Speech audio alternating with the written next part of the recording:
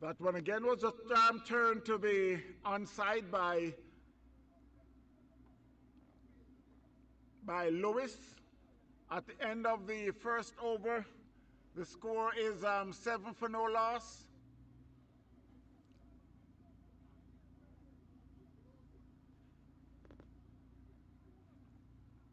Seven for no loss, winners edition.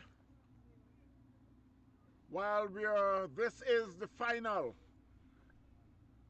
We're here since Saturday playing this competition, the second annual Jock Findlay Labor Day Invasion Cricket Competition.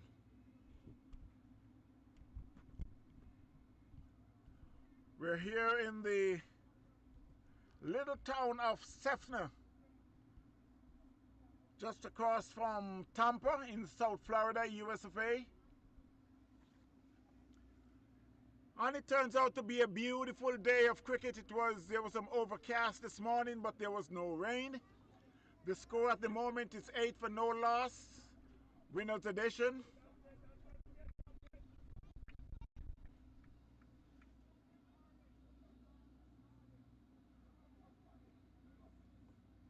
Cuff is in 2. Lewis in 1.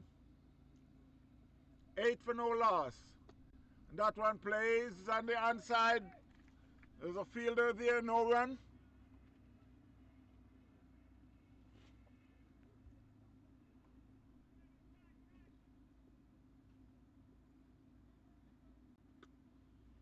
That one was played down to mid-wicket, but there's a fielder there. Comes off the boundary, and they cross for a single.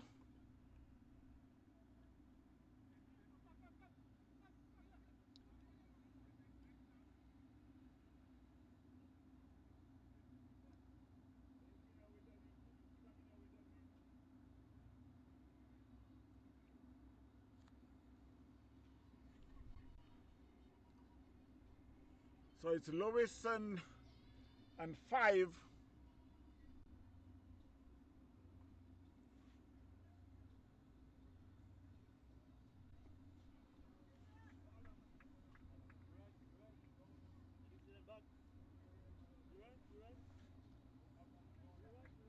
Coffin 2, Lewis and 5.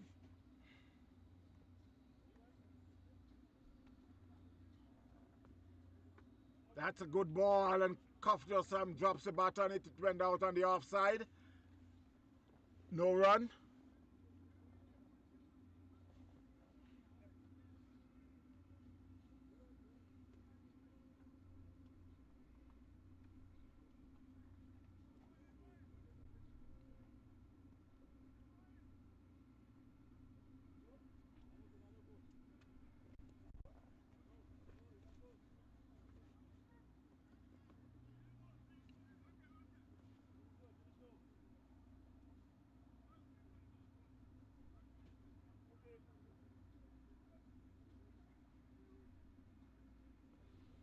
So while the score moves on by 3, still waiting on an update from the scorer.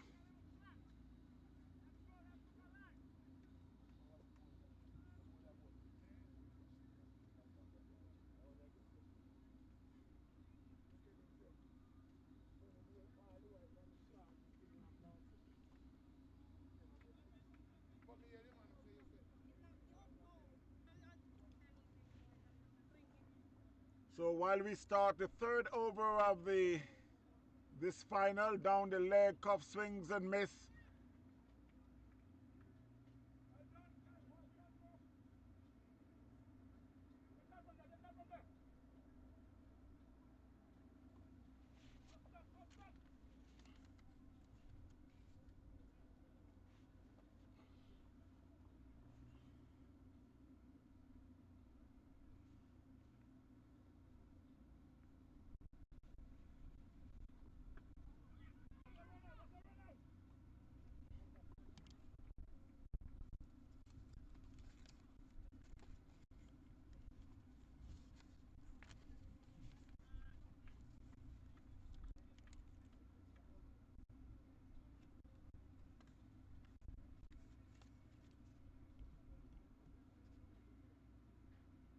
That's a short ball and Cup is riding that one, plays it back to the bowler.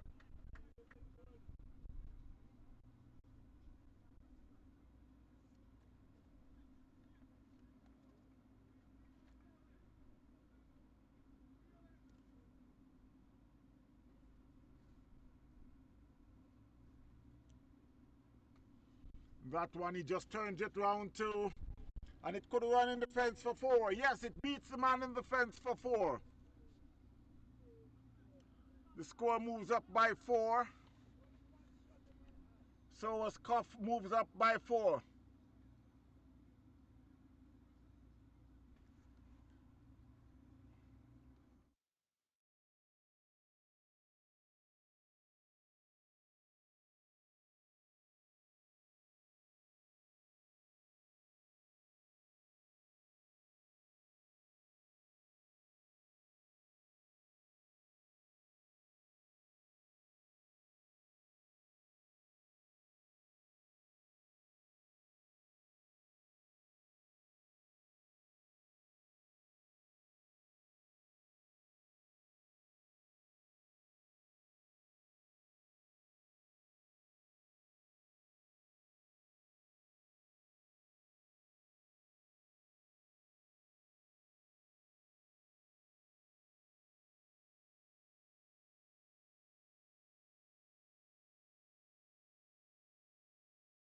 Wide signal by the umpire.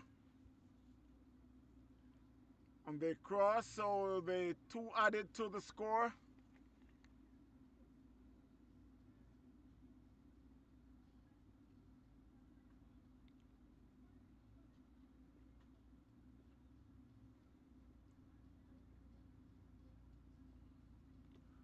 At a short ball, John Lewis was thinking of turning it to the leg. But he ends up get an edge, and it goes on the offside at the end of the 3rd over.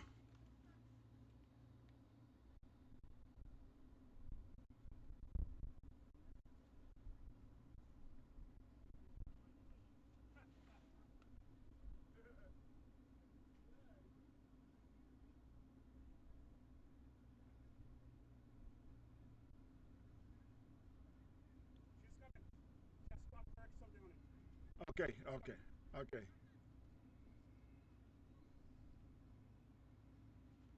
The score should be 18 for no loss now, just about to start the 3rd over, the 4th over of the inning.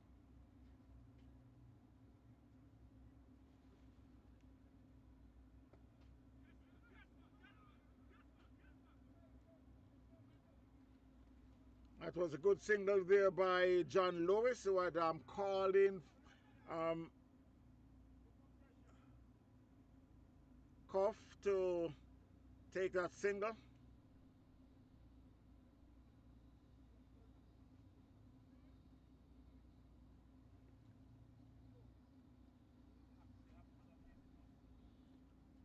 There's some mixed up with the scoring, so we're still waiting for the score to change. And it's not updating? Huh?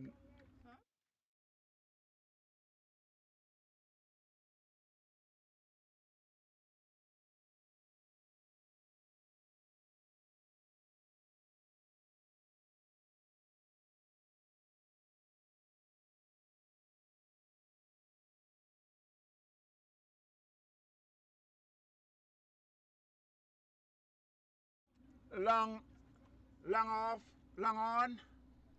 They cross for 2.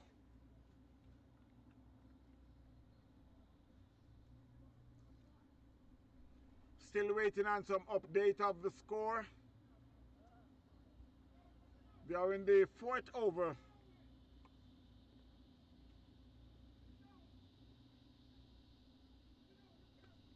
That one played on the offside. Now they take a quick single again.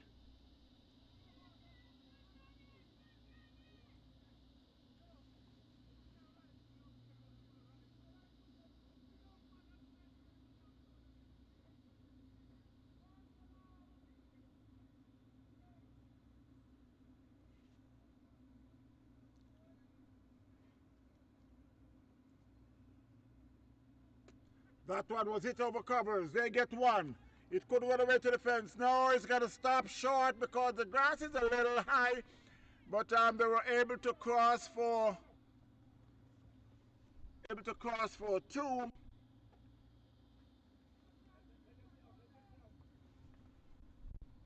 While the score still having some issues with the scorer.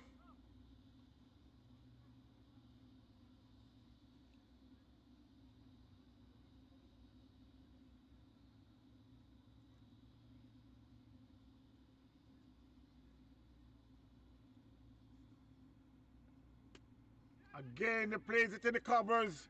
It beats the fielder. They get one. They're thinking about the second, but no, they're going to go against it because they send the throw back into the bowler.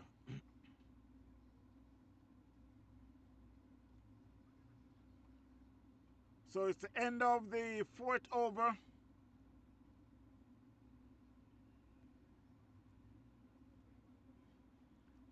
The score should be, I'm just giving you, should be 25. Should be 25 for no loss.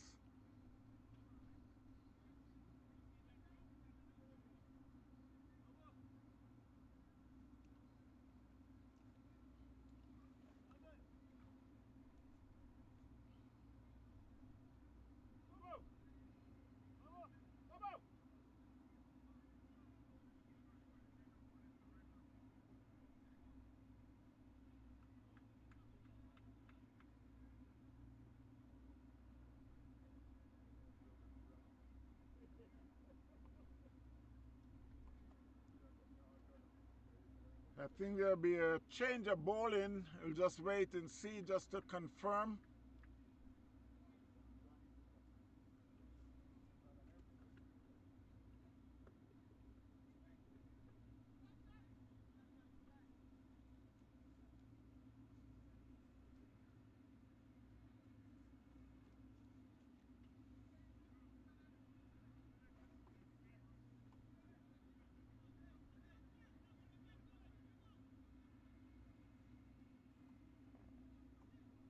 So it will be a change of bowler. It's Ricardo.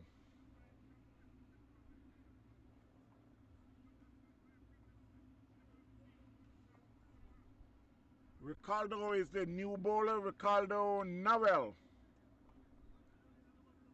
He'll be bowling to Wayne Cuff. They're making some changes to the field.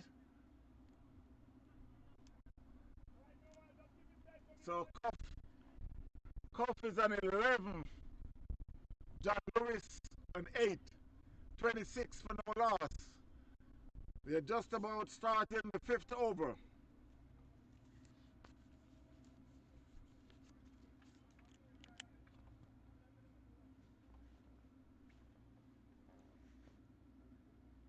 Swing down the leg at will be a leg by.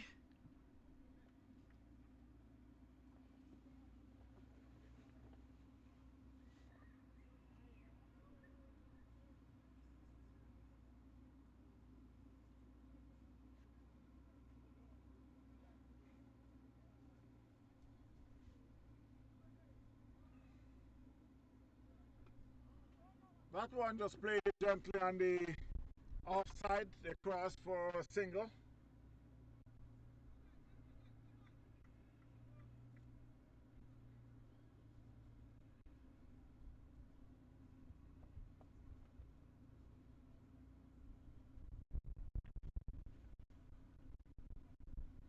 $28 for no loss. Winner's edition. Cuff plays that gently back to the bowler.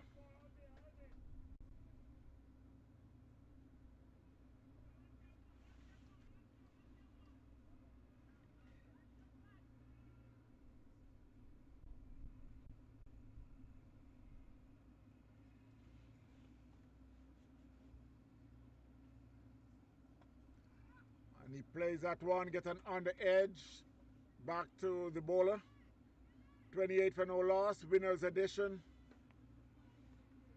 Cuff is on 11, Lois on 9.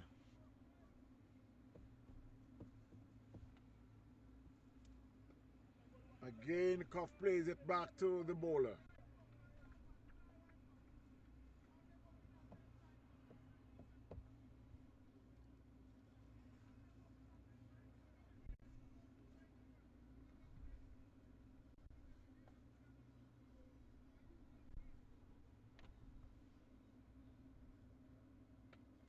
And that one was hit savagely to the fence. It could run. It should be 4, but we're still waiting.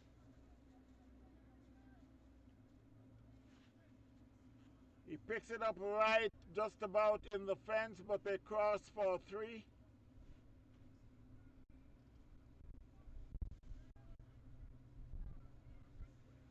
Score moves to 31 for no loss.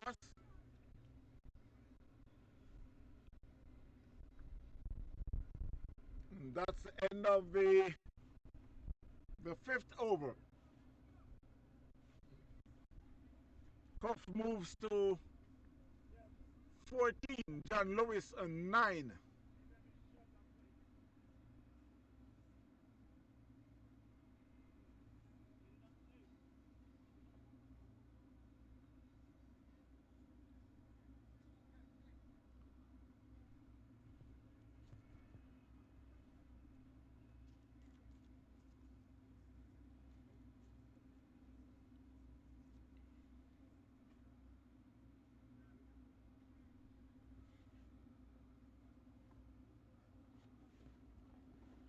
It will be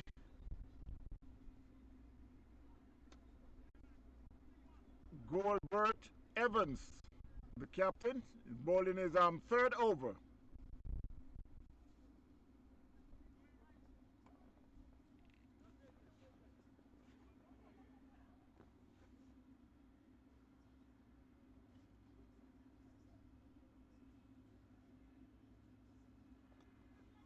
And he could be out. No.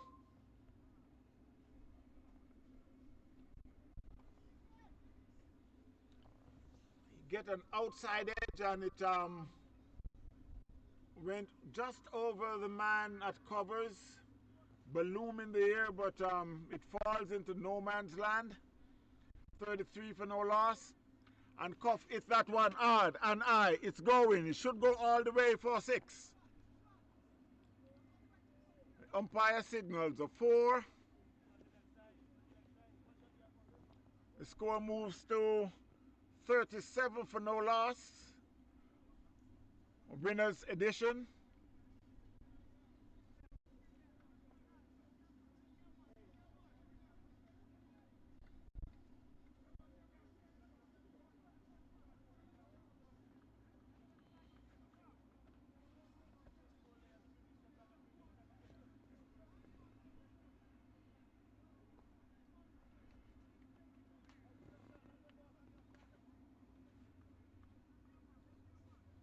Cuff moves on to 19.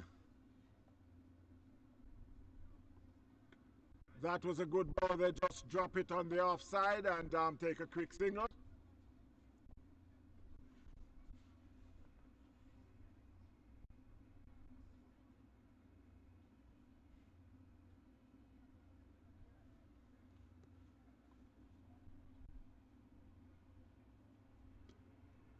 Again. Now he dropped it on the leg side because it's the right-hander. They're able to keep the scoreboard ticking.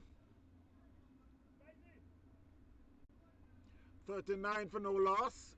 Wayne Cuff is on 20, John Lewis on 11.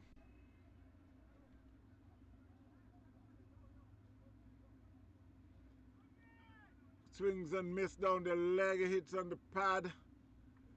At the end of the 6th over, the score is 39 for no loss. Winners edition.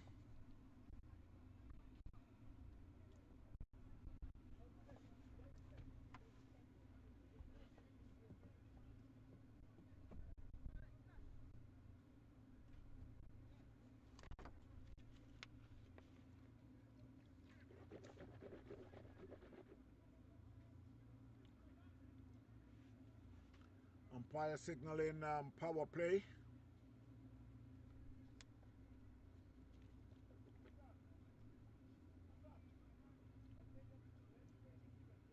39 for no loss, winners edition up against PITON's Vipers from out of St. Croix. This is the second annual Jack Francis Labor Day Invasion Cricket Masters Cricket Tournament.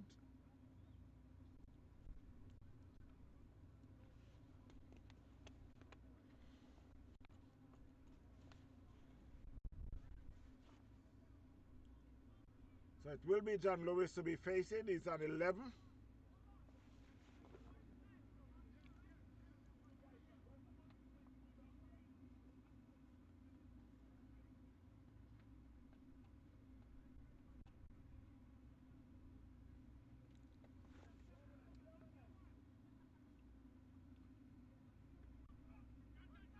And that one, Lewis tried to turn it to the leg but got a leading edge and it went on the offside, just ballooned up on the offside. The keeper runs around and picks up the cross for a single. Noel is the bowler. He's bowling his second over. And Cuff plays that on the offside. There's a fielder there, decide against the run.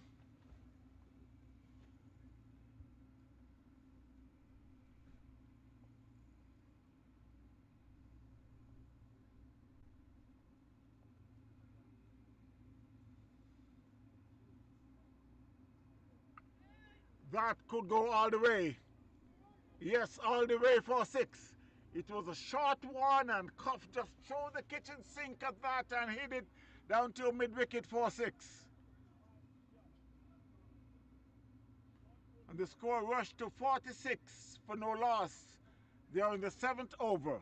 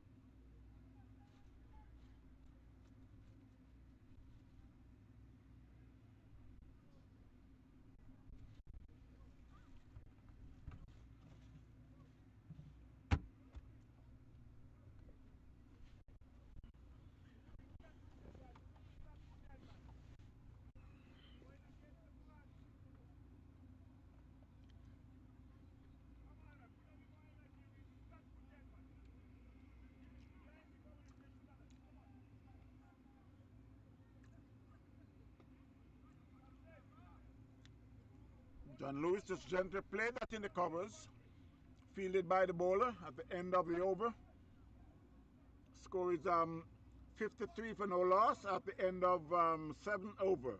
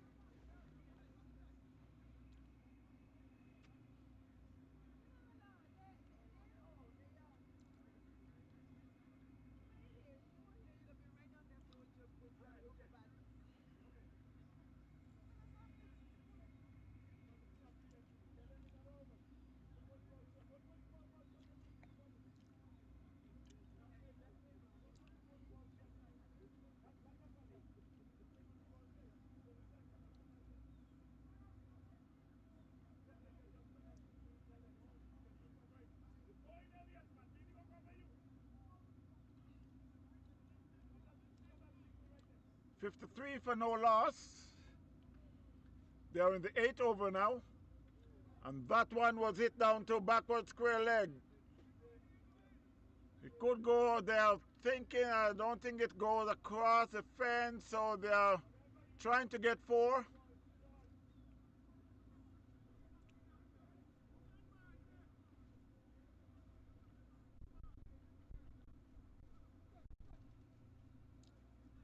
Cuff was trying for the 4 run, but John Lewis decided against it.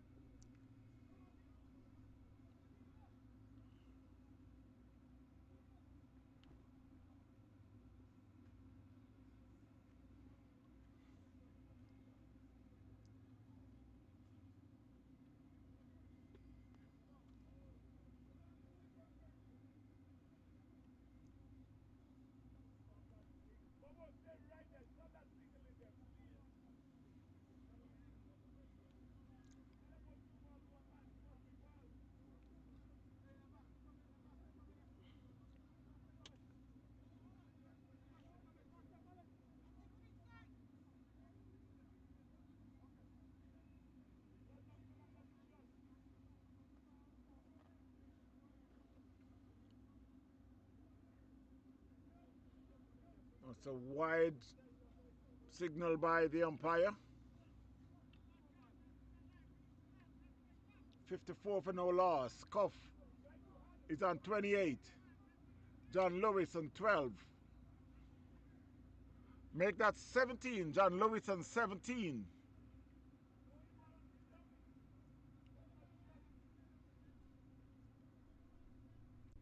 Outside the half stump.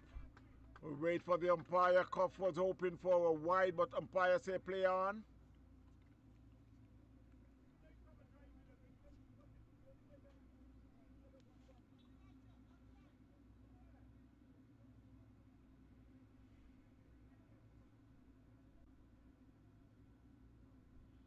Another wide outside the half stump. This time the umpire signals a wide. Score moves up by 1.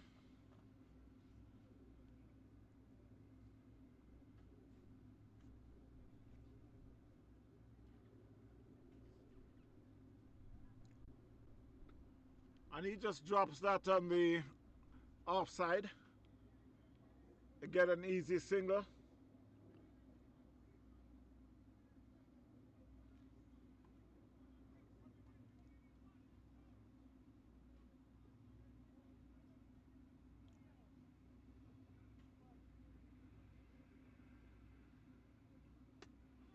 That was hit down to long on for a single.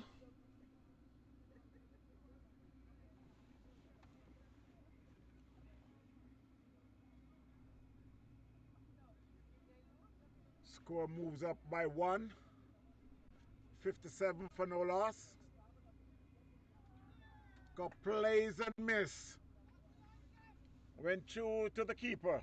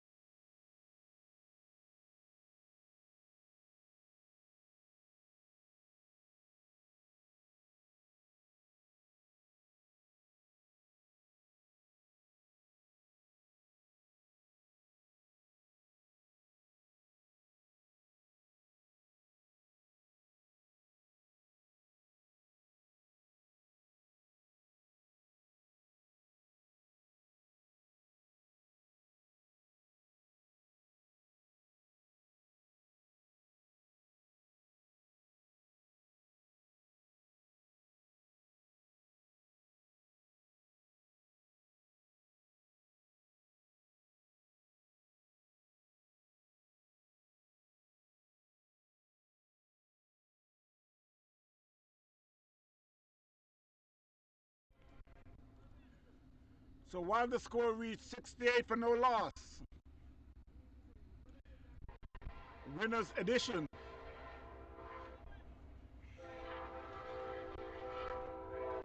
They're going up against PITON's Vipers. This is the final.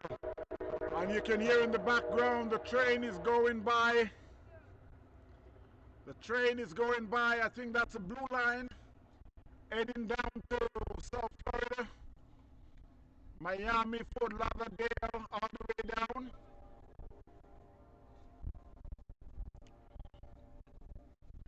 Wayne Cuff, John Lewis at the crease. Cuff is on 37, John Lewis on 19. 68 for no loss. They are now entering the 10th over. And that one plays that out in the covers. Take a quick single. And they cheat on that second run by the fielder was just hobbling to get the ball, and they decide, okay, let's get two. And they did that, and they did it safely.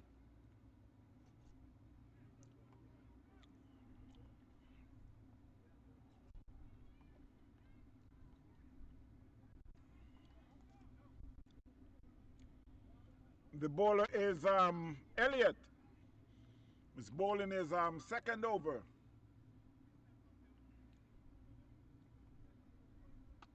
John Lewis plays that one. He could be out. No, he can fall into no man's land because it just dropped right by the bowler run-up.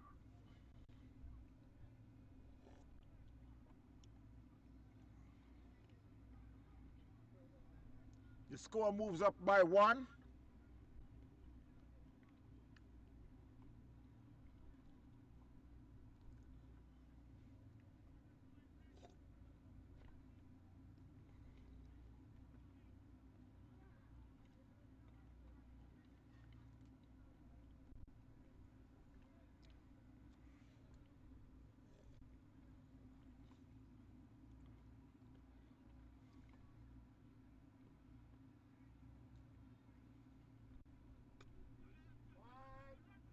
That one was played on the offside. They take a quick single.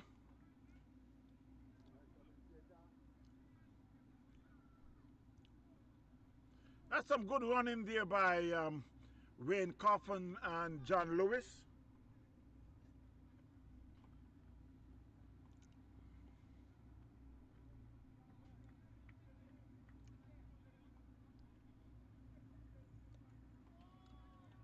While the scorer needs to do some update. Down the leg, umpire signals a wide.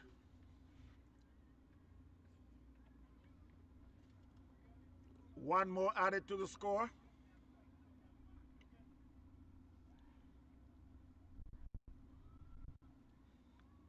"71 for no loss.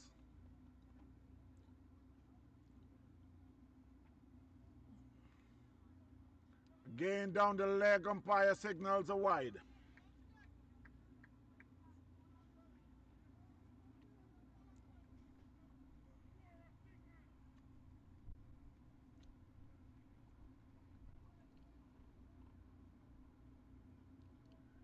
Lewis on 23. Wayne Cuff on 37. 73 for no loss. They are in the 10th over. Again down the leg. John Lewis let it go by. Another wide.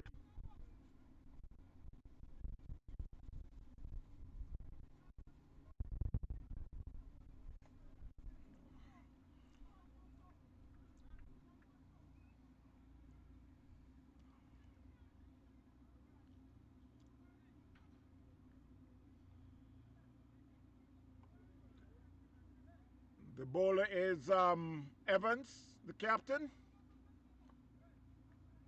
When the captain is bowling like this, who is there to really tell him that he got to shape up? That's a quick single in playing the covers.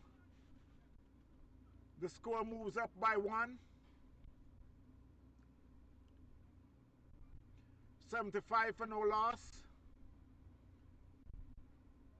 Rain Cup 37. John Lewis 24.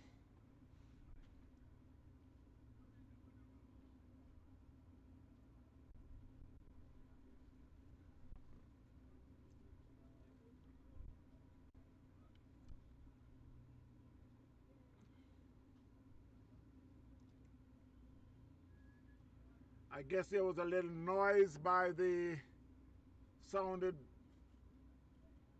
in the ears of Rain Cup. He pull out of it.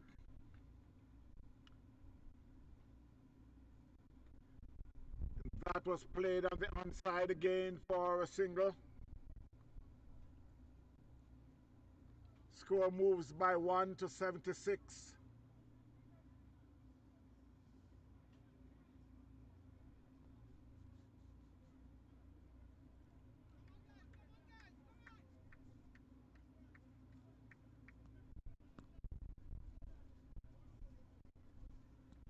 John Lewis is have a little issue. I think he's calling for water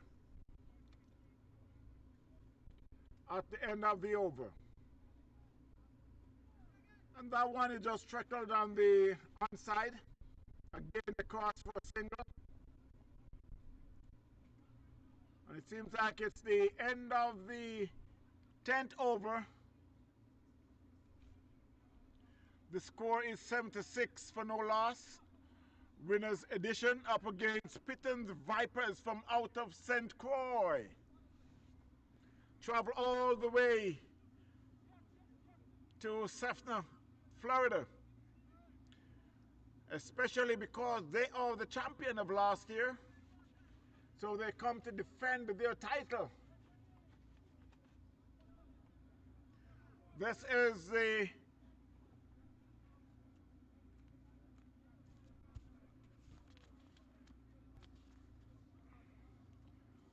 the Jack Findlay Labor Day Invasion Cricket Tournament.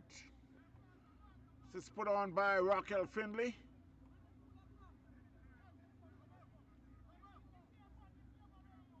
So we're having a good tournament since Saturday. We get a little rain and so on, but again, as I said, showers of blessing. So they'll take a quick water break. The score at the moment is 76. 76. 76 for no loss. Winners edition. Cuff is on 38. John Lewis on 24.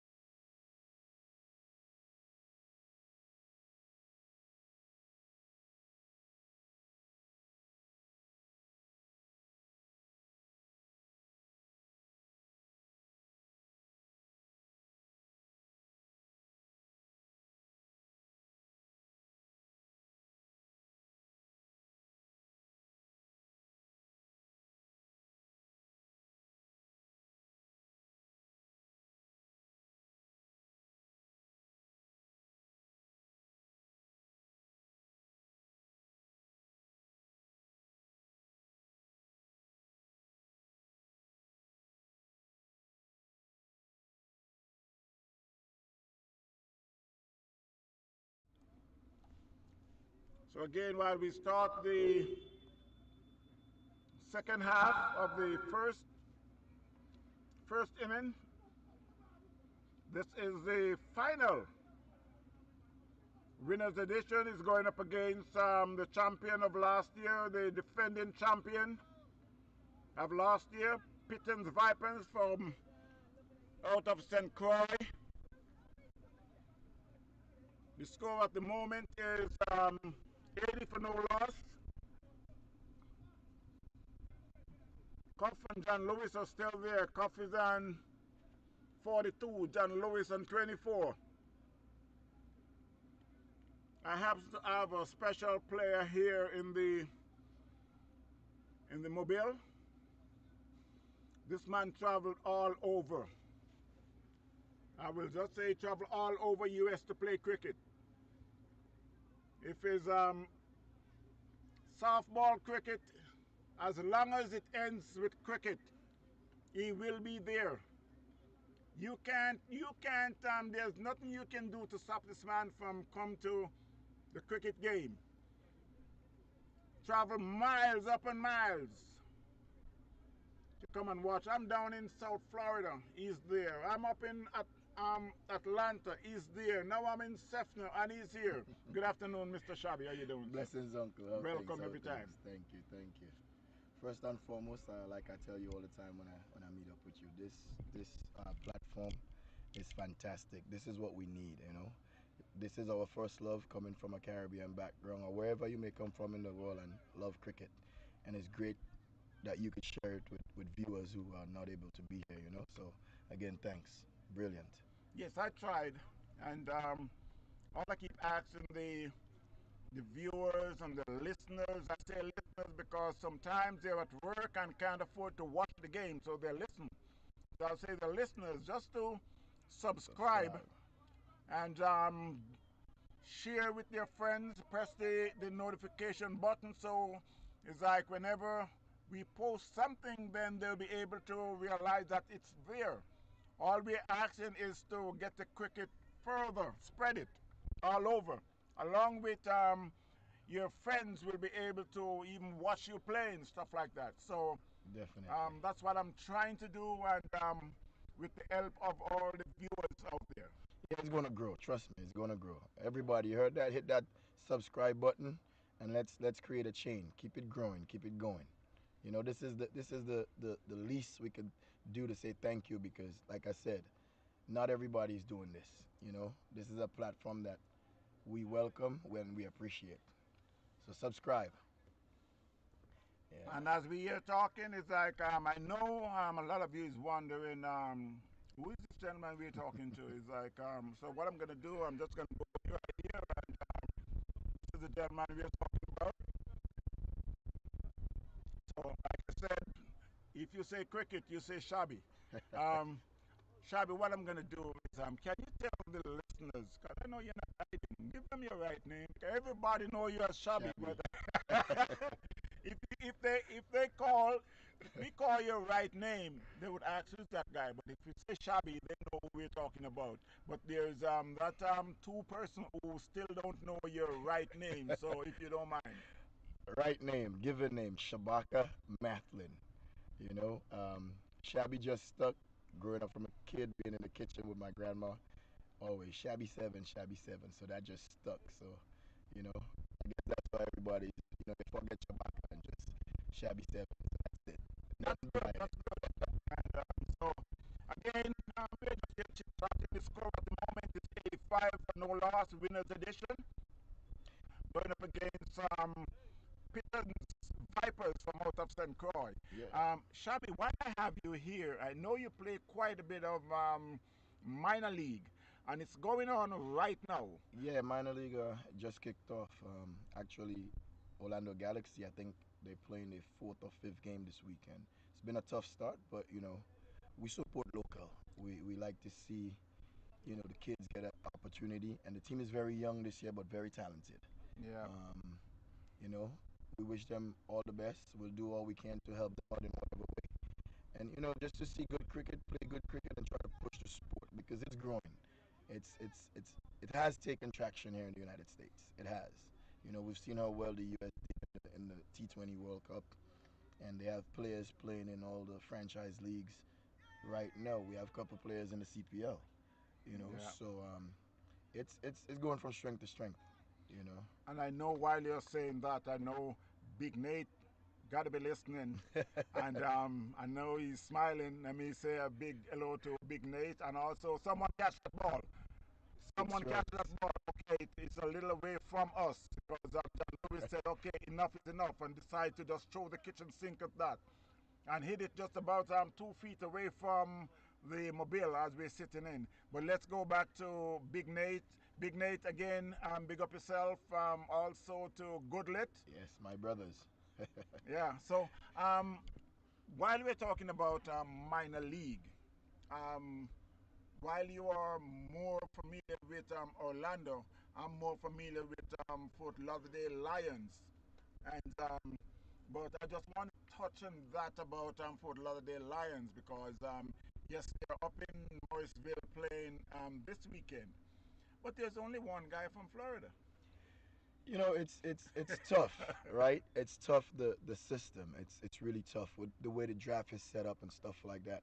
I, in my opinion, in my humble opinion, I think it's tough on the managers because trying to keep a group together and trying to gel. I think that's the way to bring the cricket forward. But with the way it's set up is where you could go here and get players from here and players from there and whatnot. You know, it makes it hectic, right? A lot of the homegrown players get left out That's exactly right. because we bringing in these guys from here, these guys from there to try to make a Florida team, and that's where I really wanted to applaud Orlando Galaxy because they started with a model that they were trying to pick locally from the local leagues here, FCC, Tampa, wherever, as long as in Florida, you give them a chance, and then if they need to go outside and make a marquee signing or whatnot. Fortunately, we got Tage back. Tage Yeah, is back in yeah. the lineup, skipper in the team. So welcome home, bro. Um, but it's tough on the owners and these coaches and to put that unit together. You know. And I know, again, Nate and Goodley talks about this quite a bit on their podcast. And because they talk about cricket in America, in the USA. And this is one of the things that they talks about. And what I see is happening right now, I mean, the Lions team just got one player. It would seems like it's three players, but really two of the players just move out of Florida. But one of them is playing. You got Vineet and Moeed, and my son, I'll name him out. My son, Elton Tucker Jr. And so today is the third game. I don't know who is playing, but I know the first two games, Moeed is the only one that plays. We would say then represent Florida. And that's the thing, right? Because you're trying to build a product and to give your local base a chance. If you don't have local players, it's hard to get a fan base to come out Mm. and support. So I think that's something we should look at on a really, you know, straight scale. Just Yeah. look at it because that's how you're gonna bring that interest in by giving the local players an opportunity and bringing these guys in and trying to grow that model. Again, I know it's tough for the owners and whatnot because at the end of the day they want to see their product the way they envision Yeah, it. yeah, But I really think that's something we should look at, or maybe even minor league should put some type of stipulation and say, you know what, you need to have 6 local players from your area. But again, that's just my humble opinion. it's kind of hard, but at the same time, I think there should be a system. Even though the major league is, I would say, individual owners, but it's like major league should be where they picked from minor league, which means that minor league should play before major league, and then Like a at feeder least program, at yeah. least a couple guys, couple local guys around. But right now the system, the setup in America is kind of tough. It is, it is. And I think at the end of the day, I think that's the vision, for minor leagues to be the feeder for players, stepping up into the major league. Yeah. So I mean, given the opportunity, I pray that every player, young, old, whatever, grab it with two hands, do their best, and hopefully get a look in from a major league team because we see, players that stepped up from minor leagues, went into major leagues, and look at Jonesy, you Yeah, know, that's right. look at Monank. I mean, and these guys, you have skipper and vice skipper of U.S. cricket team, Yeah. and they came through the minor league system, which was the first one, but they stepped up in the big leagues and they're showing their class. What a shot! Great effort. Well, that's 4 runs. it's a big shot, but we're still waiting on the fielder to make a suggestion, and the umpire signals four. Um, so I guess they decide. Press the button. And Lewis decide to step on the gas, along with Wayne Koff. It's now 96 for no loss. John Lewis moves on to 33, and Wayne Koff is on 46. So they're just stepping on the gas a little, but I think you need a little more. But I think we're looking at least they got they're in the 13 overs, Well played. so it could be looking at least 160. That's the platform. We should, with the platform we have set, and the batsmen we have in the hut, we should be looking at 160, no less. That should be base for us. And if everything goes well, maybe we could even push it further than that because this Vipers team is a very good team. I played against them last year. They have some really good players in there. So we need to get a nice score and go defend it. And Shot. the thing about over 45 Masters competition is that Masters competition, these guys are experienced. They may be slow in their moving, but sometimes they use their experience to overall that. And these guys are very experienced. So while you may put up a big score, but again, when they're out there batting, they know how to overall that score. Yeah, So definitely. You have to give them credit. You can tell it's a well knitted unit. Those guys, you can tell they've been playing together for a while. The camaraderie, the brotherhood, you can see it. No frustration, even though things are not going their way right now. yeah, They calm, and I think you used the right word. The experience, it's showing. So we just got to do our thing and keep pushing it. yeah. So again, I must say thank you very much, Shabby, for stopping by to at least let a couple more of those viewers get to see the person who is behind that name, Shabby. Well, thank you for So having me as always. thanks again. I Enough really love, appreciate Uncle. you stopping by. Blessings. Okay, and good luck on your game. Subscribe. Hit that Yeah. button. Thank you, thank No you. worries, Uncle. So while the score reached 102 for no loss, Wayne Cuff is on 47, John Lewis on 38. And while I'm saying that, Cuff had just been out. Cuff had just been out. So here we go. Things about to change, but they got a long batting lineup. But you never know. It's like when one wicket goes down, it's 2 and 3. You can't have 2 wickets before you got one. So these guys, as I said, the PITON Vipers, they are very experienced.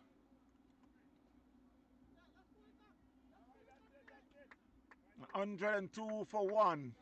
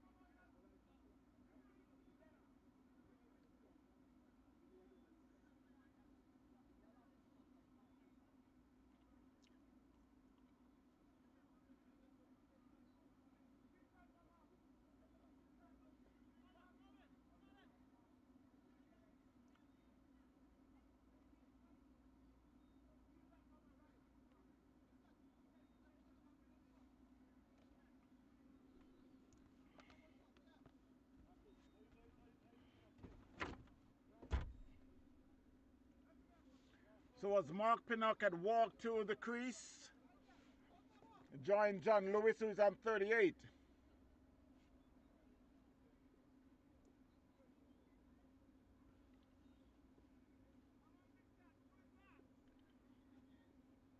When Cuff has just been out, stump for 47.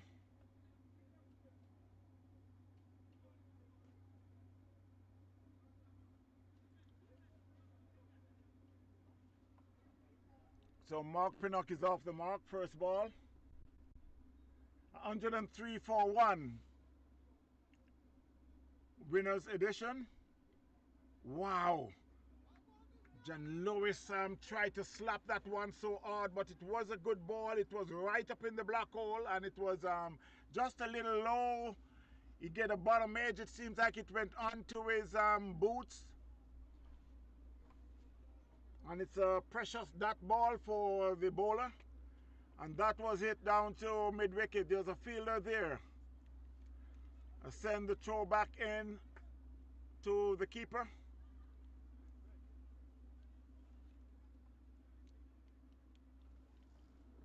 Score moves up by 4. Make that by 1, 104. That was played on the offside by Mark Pinnock for a single.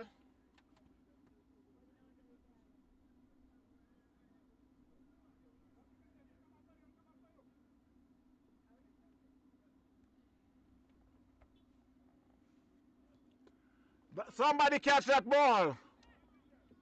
No, he spilled it right in front of us. I thought it was coming in the boot, but obviously it falls short and falls short of Evans, who comes off the boundary. It was just a little short for him, but at least he saved the boundary. That's not Evans. That's the beak. The beak. So the score moves up to 106. Winners edition. Pinnock on 2. John Lewis on 40.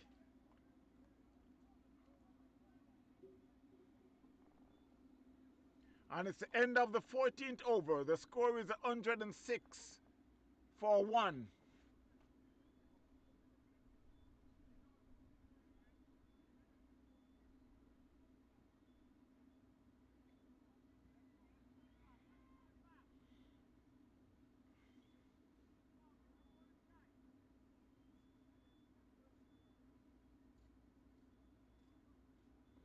We got a run rate of 7.57.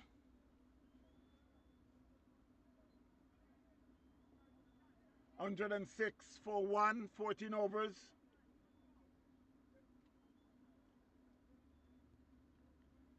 A swing and a miss there by John Lewis. He swings across the line. That's why he did not pick that one up.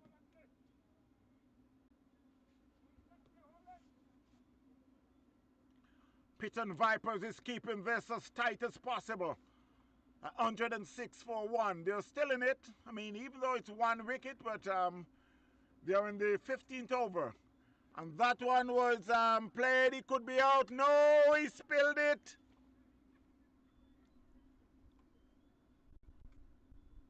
I saw him looking in the sun, so it could be the sun, but whatever it is, it was close. I'm sure his player is going to say that you should have took that catch, but he missed it. The score moves to 107 for 1. John Lewis to 41. Mark Pinnock on 2.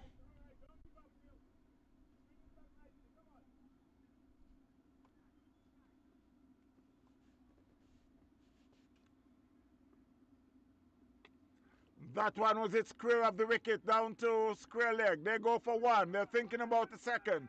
They should get it pretty easy.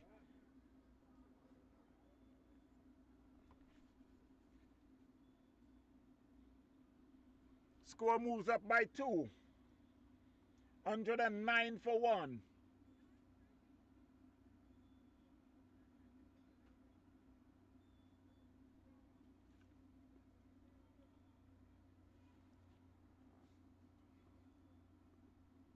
That's a full ball, and Mark Pinnock just flicked it on the leg side. They get one. They're coming back for the second. Again, the score moves up by 2. The bowler is Elliott is bowling his 4th over of the inning. So far, 27 runs.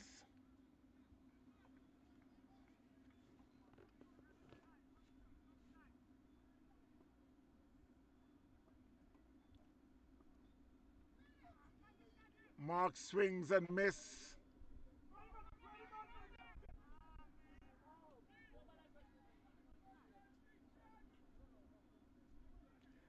And it's full Nelson, 1-1-1.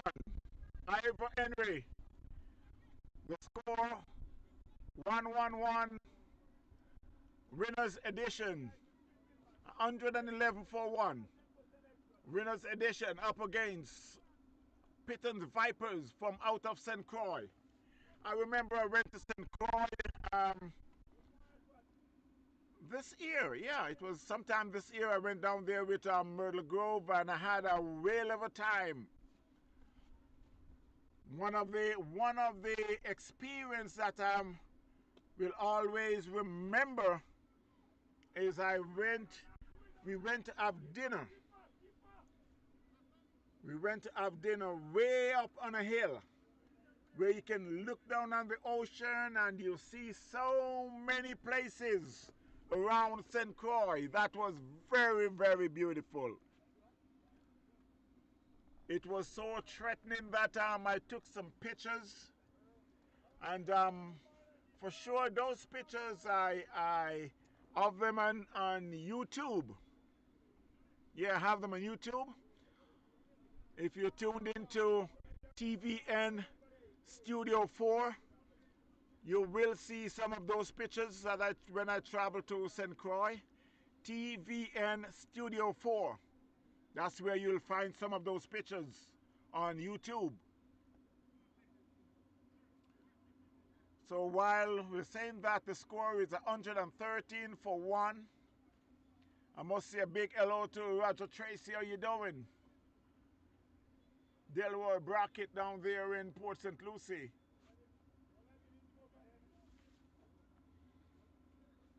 Carlton Brown in Jamaica. Larry Crichton. Ramira Hines, how you doing?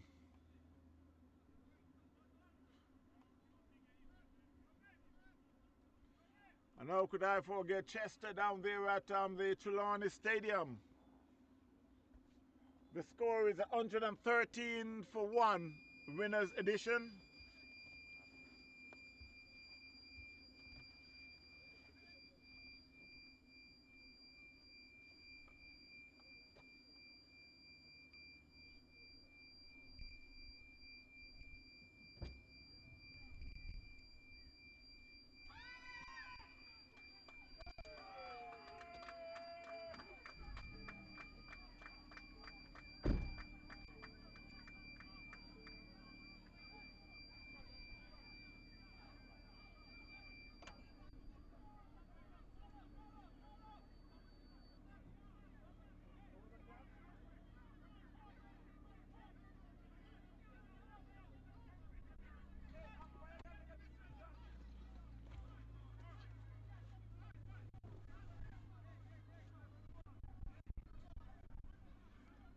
I guess that was a catch on the fence, and they're not sure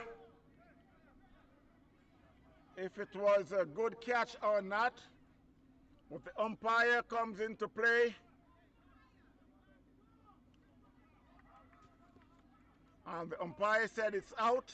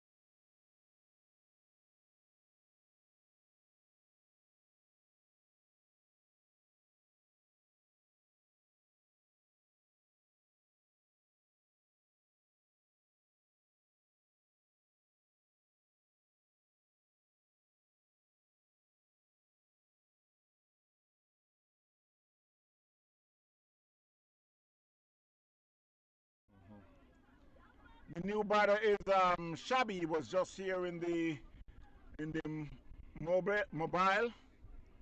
So John Lewis has been out for 42. Mark Pinnock is still there on 6. The score is 113 for 1, and they're still making a lot of commotion over there, but umpire's decision is final. So as I said, umpire stays out. He just got to walk, and that's what John Lewis did. But I happen to have here in the studio, this man plays cricket all over South Florida, and I'm not sure if it's just South Florida or if it's all over.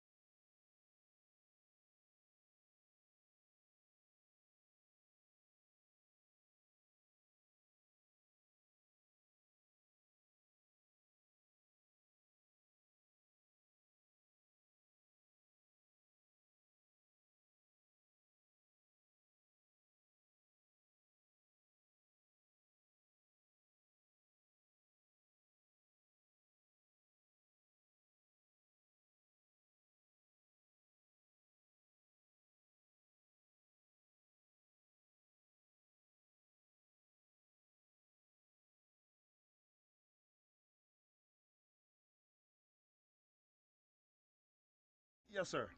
So that was just, it seemed like it was a 6 there by Mark Pinnock. Let's see, no, it was it seemed like it's a 6 there by Mark Pinnock. He moves on to 12, and Shabby yet to score, so it's 120 for 2. And again, I said I do happens to have in the studio, this man plays cricket all over Florida. But let's find out where else. I know he came from Jamaica, or I think he's Cuban. But okay, we have in the studio Mr. Willie. How you doing, sir? Pretty good, pretty good, pretty good, pretty good. Thank you very much. Long awaited chat with you live. So now at least I get you walking by. So you just finished your game. You won your game. You're in your third place. Third place. But somebody got to be third. So Yes. yeah. So again, that's 4. Yeah. Again, I must say welcome, and I know you play cricket all over, but could you just talk about it a little, about some of your experience here in South Florida? From South Florida to Central to Florida Central, to yeah. North Florida to even touring with the U.S. team. Yeah. That was years ago. Cricket had brought me plenty of friends, and I wouldn't even say the word friend when it comes to cricket. I would just say the cricketing family. Yep. Good, bad, and indifference. Been playing this game in the U.S. for over 25 years, and I've done. I can say I have. My name rings bell every time anywhere in Florida you touch a cricket field. My name have to be called. Let me ask a question though, a quick question. Um, we all know you as Willie. Yes. Is Willie your real name? Lincoln Lloyd Edwards. Thank you very much, sir. Clarification Because on that. even on the scorecard, It has that. they put Willie. They call me by it, so I just go by it. Okay. Yes. And so, but again, if someone says Lincoln was batting, I wouldn't know. A lot of who's people Lincoln, wouldn't know that. unless I'm looking at the person. Exactly. If they say Willie, then I said okay. Okay, you know exactly what time it Yeah. is. Time for entertainment. Yeah. So, what time did you? When and what year did you play? Did you tour with US? I was in 98, 99. Okay, that's a long time. Yes. It's like Yes. but you're not that old. You toured when you're about 12. Feel like it though. Feel like it. Yeah, like it. because I mean, you still hit the ball, so it's like I don't know if you realize that when you were batting, I came out the van and stand up out there because I said it's like this van is in danger. Yes. So I like to. It's too hot to run, so I like to just see ball, hit ball. But Yeah. at the same time, I do it in the whole spirit of the game.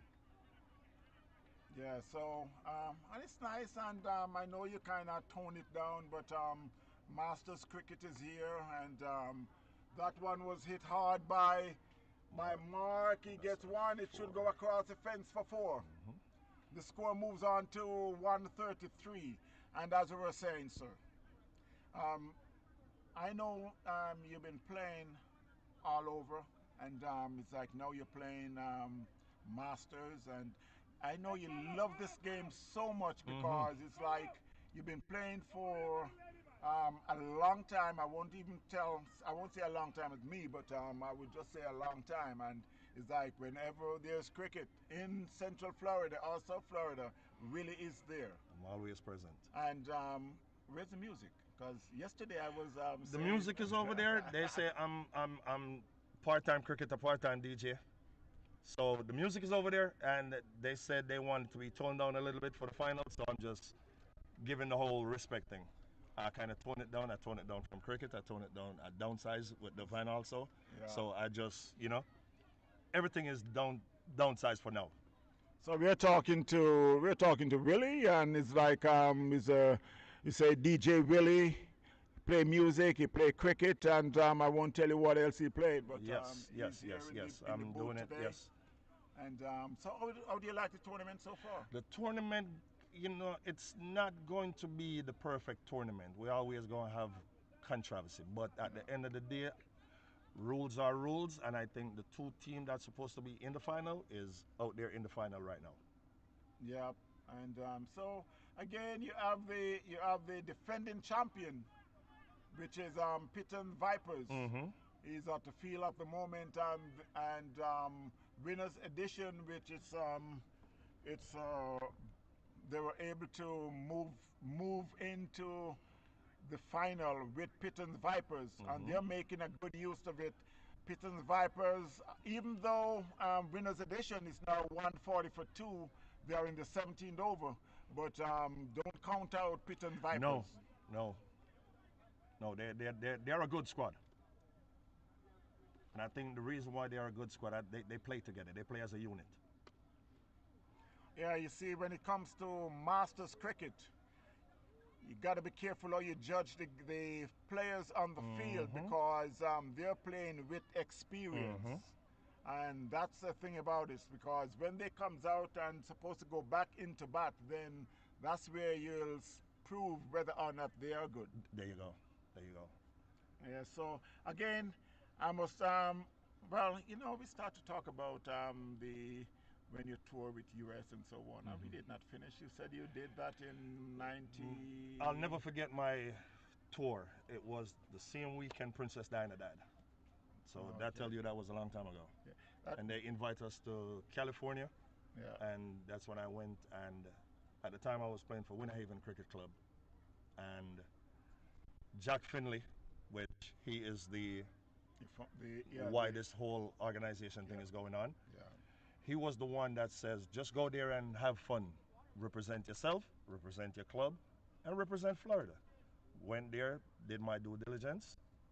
Didn't go a long way, but you know what? I'm still here, I'm still playing, still having fun with it. Yeah, that's the thing with cricket. I mean, it doesn't matter how bad you did on whatever day. It's like there's another day to come back and make yourself look Yes. good. Again, we're here. We're having fun. It's a weekend of cricket. We started all the way from Saturday. Today's Monday, and we're having fun. We get a little rain, but as I said, it could be showers of blessing. Showers of blessing. So today is the last day, and I must thank all the viewers and the listeners for tuning in and enjoying the cricket just like we are doing right here at the field. This is TVN Cricket Power Play. Yours truly, Elton Tucker. And I'm here with, again, I'm just going to say Willie because that's the name that everyone Everybody knows. in Florida know. So, again, I must say thanks for stopping by. Yes, sir. And, Yes, sir. Yes, sir. Anytime. so Anytime. you can, Anytime. now you can continue to go and drink your sodas. Yes, yes, Um, yes. Top of the line, top of the line, top of the line. All right, thank you, Mr. T. Yes, Thank you, sir. thank you, I thank really you, appreciate thank it. you, thank you. Okay. And good luck to these guys out there. Yeah, thanks All right. again. Yeah. So there it goes, Willie. You know a little more about him now, and I will still continue to call him Willie because that's what most people knows him by. The score is 146-42, winners edition. At the crease, you got Mark Pinnock and Shabby. Mark Pinnock is on 23. Shabby is on 15. While we are in the 17th over had just been completed.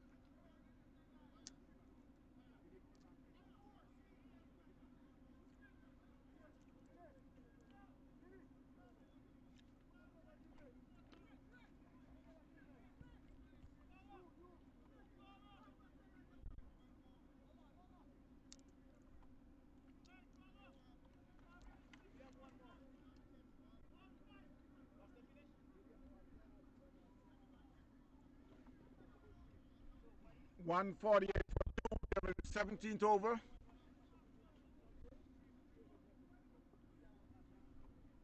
The new bowler is CJ. C. Joseph. And he'll be bowling to Mark Pinnock. Down the leg, swings and miss. Umpire signals a wide.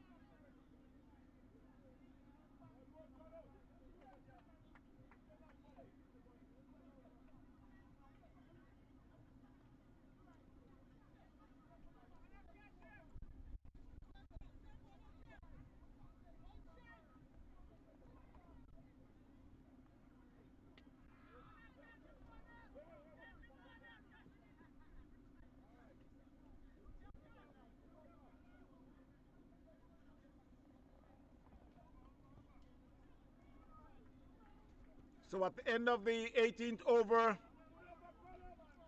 score is 154 for 2.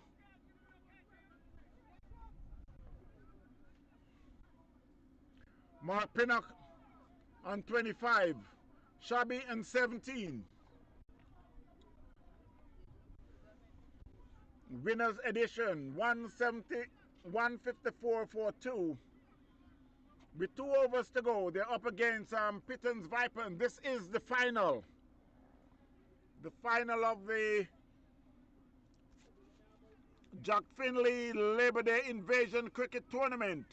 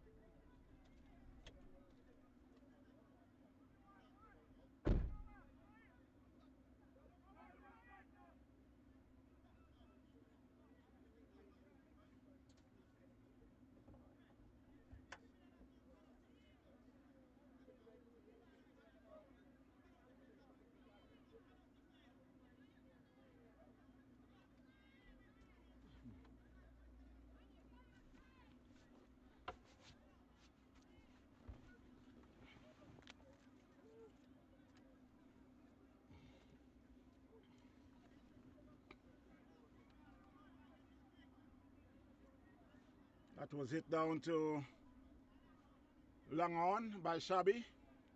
They get a single.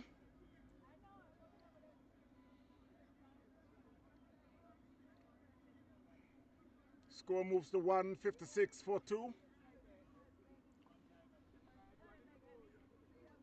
Shabby moves on to 17. That will go all the way for 6. That was a massive 6 by Mark Pinnock.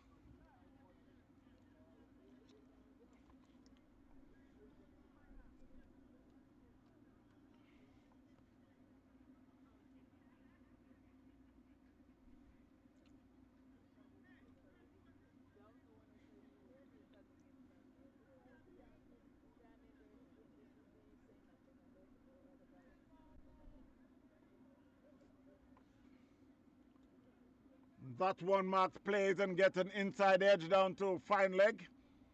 Should be just a single.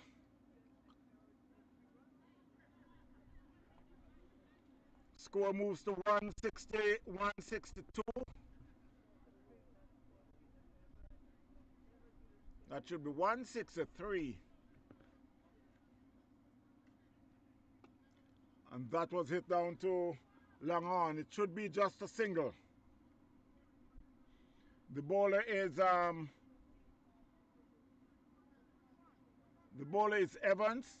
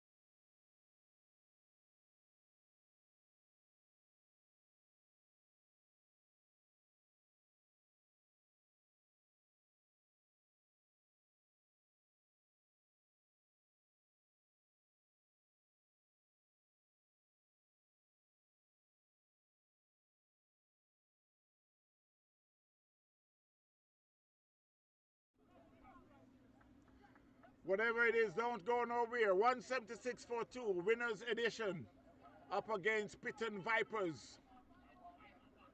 Don't go nowhere. It's still a lot of action in this game. Shabby, who's not out on 26. Mark Pinnock, not out on 39.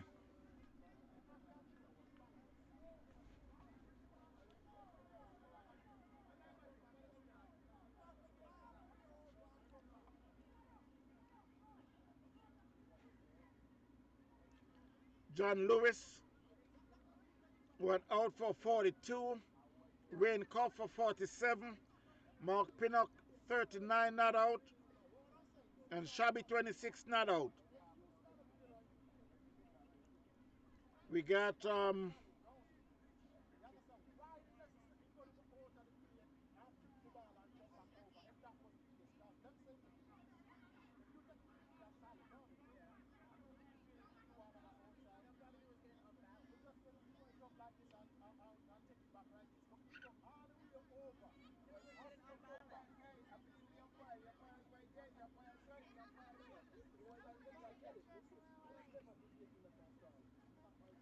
Lockhart, who bowled 3 over for 29 runs. Evans, I think there was some messed up here because they got him for 5 overs for 37 runs. Noel, 2 overs, 17 runs. Dubik, 1 over, 8 runs. And Elliott, 4 overs, 30 runs. And that's the give the total of, he got 22 extras. That gives a total of 176 for 2 in the 20 overs winners edition. So PITON's Vipers will be chasing in just a short while. Stay tuned, my friends. Lots of cricket again to come after the inning break.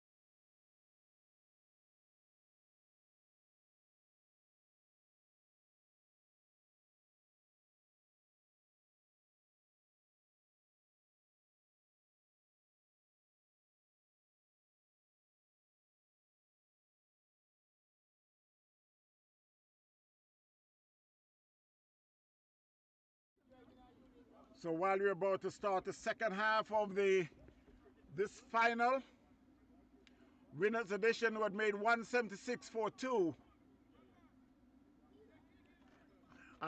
So it's PITON Vipers who will be chasing down that score. We're talking about the champion of the defending champion of last year, the first ball. And it plays back gently to the bowler.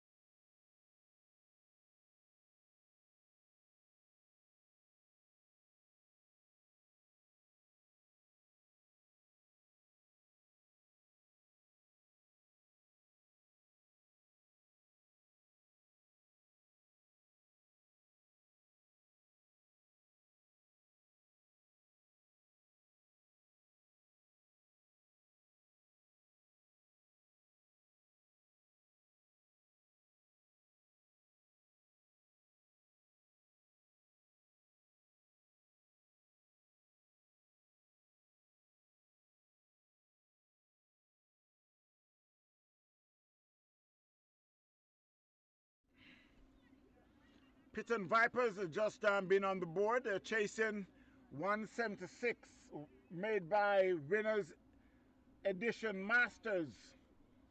Elliot and Maud is at the crease. Maud is on 1 from 3 balls. The bowler is Peter Gilbert.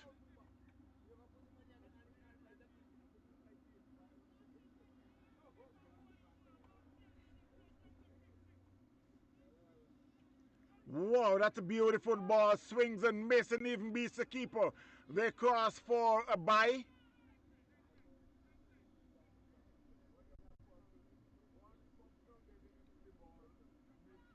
Umpire is signaling for a bye. So the score moves up to 2 for no loss.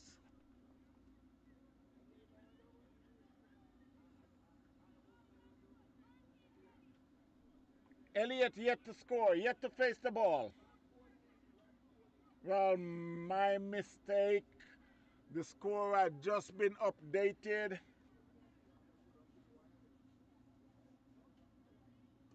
As one plays in the covers and fielded, no run.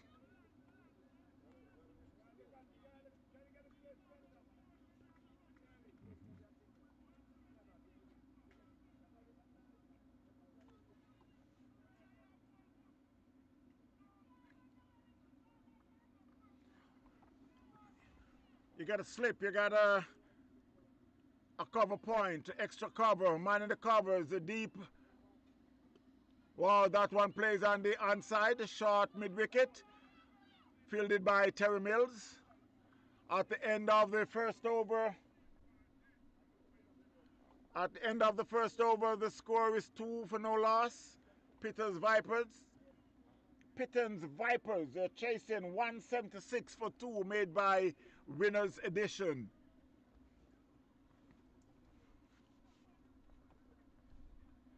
Mr. Sleeveless, how you doing?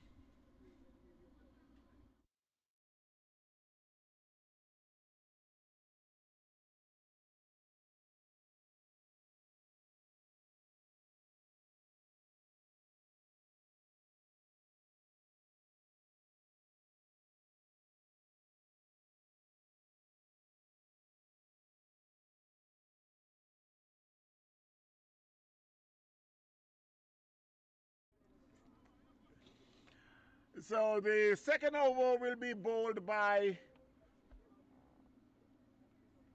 Omar.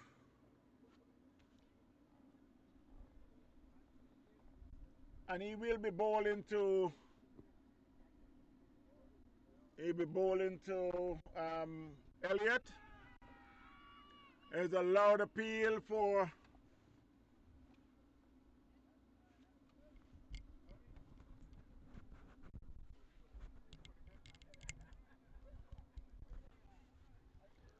So it's 2 for no loss. Peter's Vipers.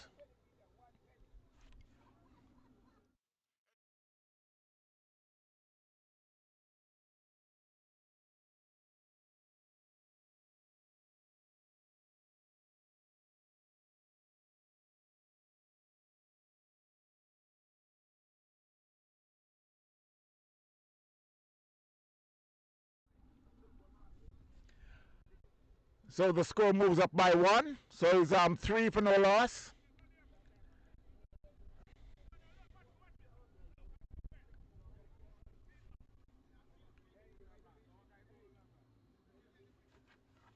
Wayne Cuff, who is managing the troops. You got a second slip. You got a short third man. A cover point. Extra cover. A short mid on and a short mid off. A man on the mid wicket boundary. Wayne Cuff is at backwards square leg. The bowler is Lindor. And that's a short ball. Good height to the keeper. Swings and miss.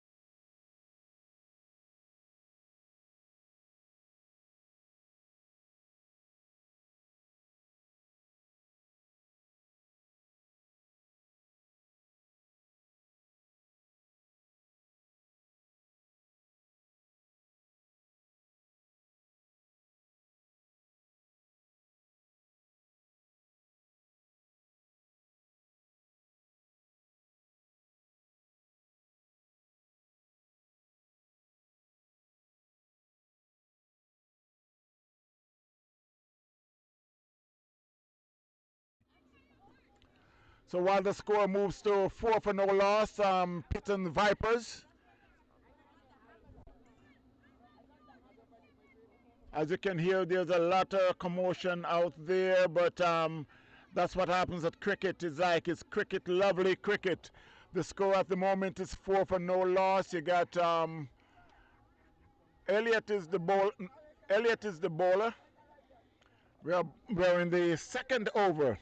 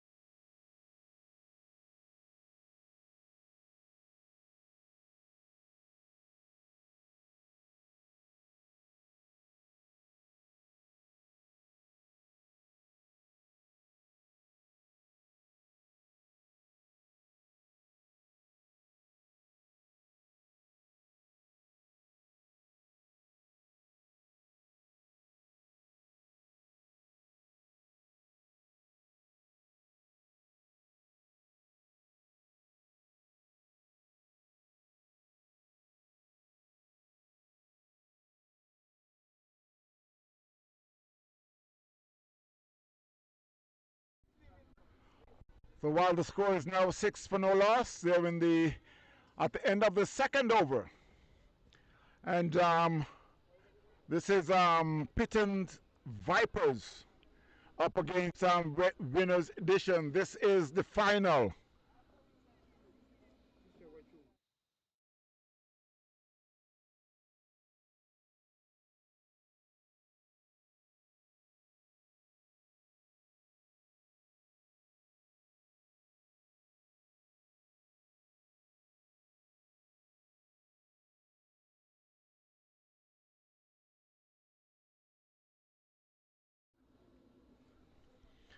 So winners edition what made 176.42. PITON's Vipers, who is the defending champion, they're 6 for no loss, and they're now defending their title. So they got to make 171 more runs. Up the crease, you got Maud and Elliott, both of them on 3. But the good thing about all of this, we have in the studio, right here with us. This man travels all over the world to play cricket. And I know my father and everybody used to tell me that cricket is a good game, and I come to enjoy it a lot. But I think this man beats me out. Everywhere I go, I see this gentleman, and I must say, good afternoon, sir. I am not going to tell them your name. I'm going to let you do that. Good afternoon to you, sir. How you doing? Good afternoon, sir, people. How you all doing out there? Well, I'm from Baltimore, and I am a member of the clubhouse, but my second team is Central Florida. But when clubhouse are not playing, I always come and play for Central Florida. But, cricket is a gentleman's game, and it's something that I enjoy doing, especially this time of year. It's 3 times a year that I travel, and I travel from Baltimore to Tampa, Orlando, and Atlanta, playing Masters. So every year, as this gentleman here says, he just see me everywhere I go. So yes, I enjoy this, especially today, which is my birthday. You know, Well, eh, happy birthday to you, sir. thank you. And 45? no, It's okay. You don't have to tell them all that. no, everybody asking me. They want to see my ID this morning after we done field. So yeah, I enjoy this game here. This is my like last of my season of my cricket. I'm coming down with that For game. this year, for this year. No, I mean in the last of my age in cricket right now. Cause I'm up there in age that from today. Yeah, So you're still a young boy. I bet yeah, I'm older than you, but it's okay. yes, Continue to talk. yeah, but yeah, this is something that I enjoy. And I always come to support the gentleman here in the studio. Every year he looks forward, for this year. And we had a tough game this morning. We had 3 wins for the weekend, but we lost in the power play, and that is why right now that we are not playing there. But we have a good team, and we will be trying to rebuild on that there as from next year. So right now, we hope the team, the best team may win today. You know, it's kind of tough, though, to win all your games and still can't go to the final. Yeah, it's But very yes, it is very heartbreaking. It's very very heartbreaking. And right now everybody was just worried about my team, Central Florida team, because they say this is the best team we had for the last 2 3 years. So you know, right now, as I said, this team is playing right now. It's hurting me in my heart to know that they're we in the final and we you're sitting down watching yeah them. we watching them Yeah. and we win all 3 games. So we hope next year things will be better. And I just want to shout out to all of my friends them from Clubhouse. I'm here, supporting my team players and everything.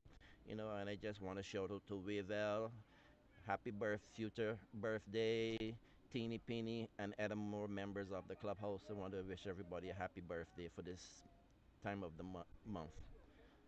Yeah, that's good. And by saying about winning all the games and you're sitting down watching the final, I can remember we went to Jamaica some years ago to play the over 45 tournament in July that I'm looking forward to. And we won all our games and we still didn't make the playoff.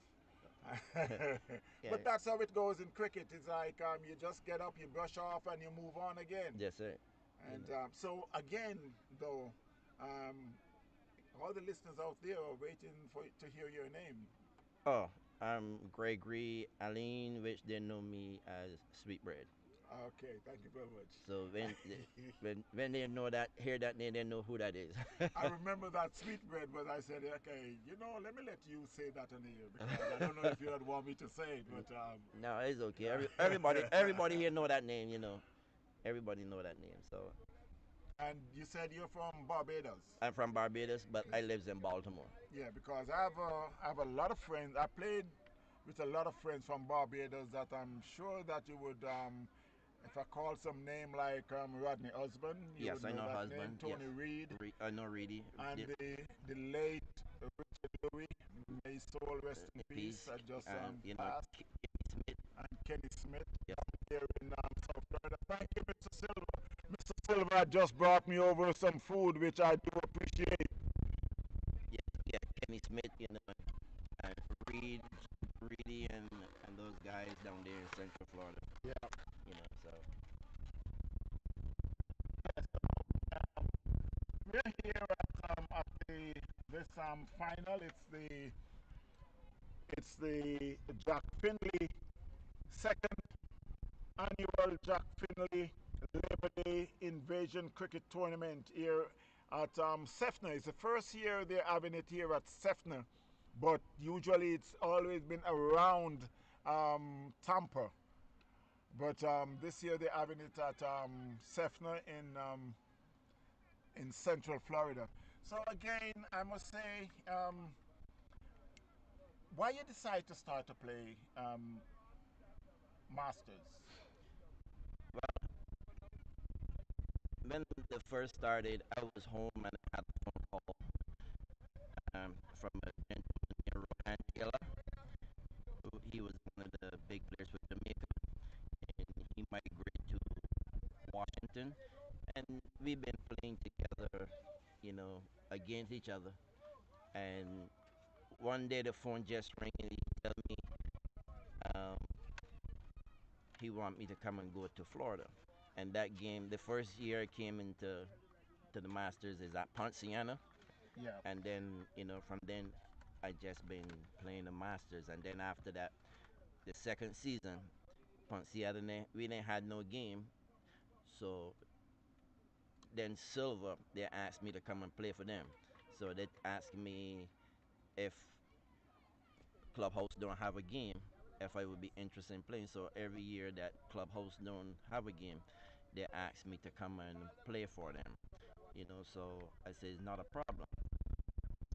They just pay my way and everything for me to come here to play for them, and I do appreciate and I enjoy playing here. And like I said, when I come here to play, I play my heart out. But I want people to know, thanks to Clubhouse, they brought me into this Masters. And let me ask you this question because I ask a lot of people this question. How do you like Masters compared to when you used to play real competitive cricket? Well, really and truly, I haven't played much 40 overs in the regular club cricket because the younger players right now they don't know how to behave. They're cussing and all of that on the Yeah. field. So I get too old for that. I grew out of that. So this is what I do now. I just prepare myself for the Masters. I'm not going to go there and play with the younger guys them to hurt myself. I know I can get Yeah. involved in the Masters. So them. And then now after day, these young guys do not bowl to get you out. They want to knock you down. That's right. So that is why I just prepare for this game every time of the 3 times a year. The good thing about Masters is like it's not just coming to play cricket, but when you come to Masters, you meet people People who we haven't seen for years, and and all of a sudden you said, "Wow, is that you?" Yes, it's me. And I mean, you would sit back, have a few drinks, and you talked about the days when we used to play and stuff like that. These are some of the good things about Masters cricket. yeah, and I must say this is a some people say it's a curry court cricket, but this is the new style. Masters is the new style of curry court cricket. Well, that's right, because I do enjoy Masters. The thing with Masters, you're playing with your age group. Yes, sir. And then you meet new people every year. You meet Yeah. someone new, and you know every year somebody come into your life. So that is why I look forward to this year. What was it? So I must say thank you very much for stopping by. And before you go again, I would like you just to say hi to all the people who is listening to you right now and what you played this morning and what good words you have to send out to all the viewers and listeners. Well, I just want to say, just want to say, hope y'all like what y'all see, and just subscribe to this channel, more often.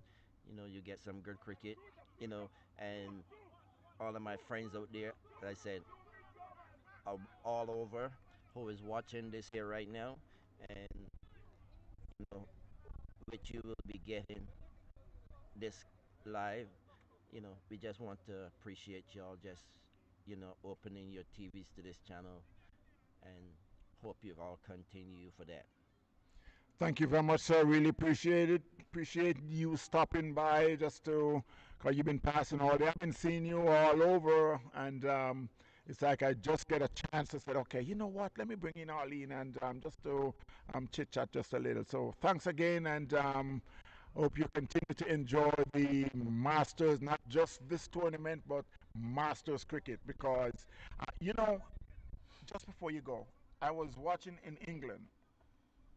And even before you say that, I was invited to go to New Zealand next year.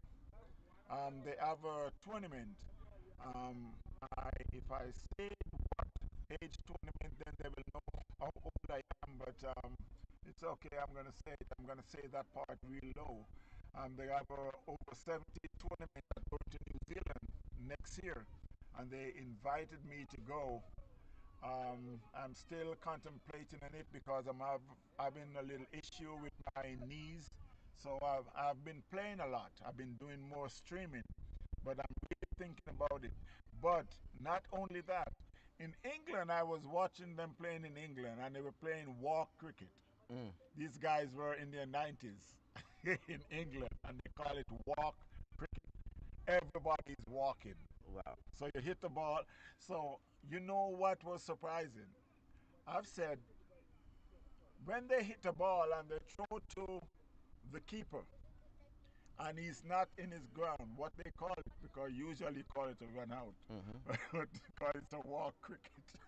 Uh, I wonder what they would call that. But it was so funny though. So again, I must say thanks for stopping by, and it's a pleasure having you here. okay. So you take care. Thanks again, sir. And I just want to say, shout out to my club members in Baltimore. I hope y'all just, seeing some of this cricket that was playing today, and I want you to subscribe to Power TV, and TVN, TVN, Cricket Power Play. Cricket Power Play. So, just subscribe to the channel, Hope one day I can have him in Baltimore or in the Washington lead also. So, I want to thank you very much for having me, and I look forward to seeing you next year. You're welcome very much, sir. Thanks again. You. Okay. All right.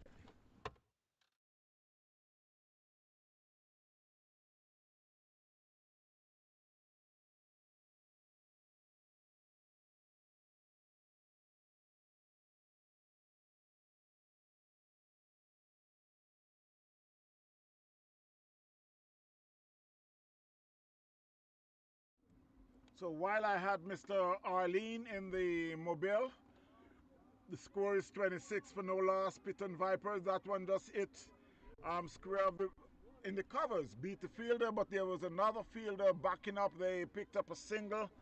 The score moves up by 1 for no loss. 27 for no loss. PITON Vipers. Madison 9 and Elliott on 8. The score is at the end of the 5th over, 27 for no loss. PITON Vipers.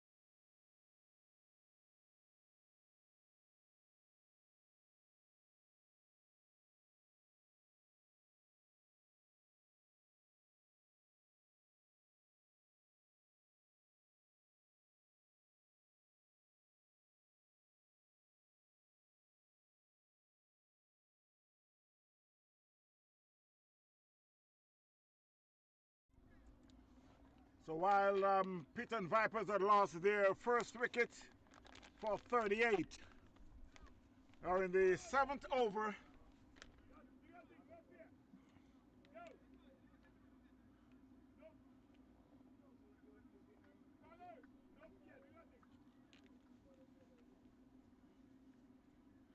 .38 for 1. PITON Vipers, they're chasing 176 for 2 made by Winners Edition.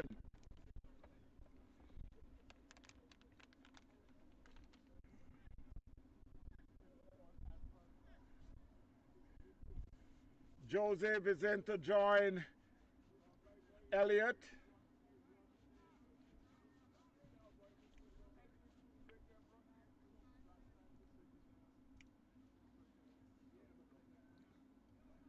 Elliott is on 11. 38 for 1 while they're in the 7th over.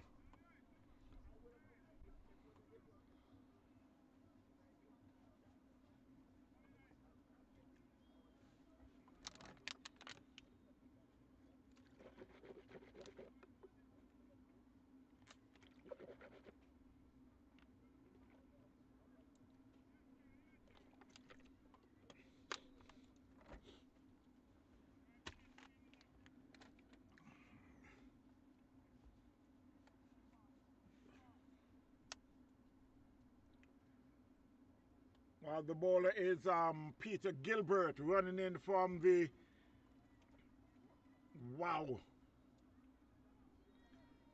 running from the racetrack end, or should I say the train end, the racetrack, the train end.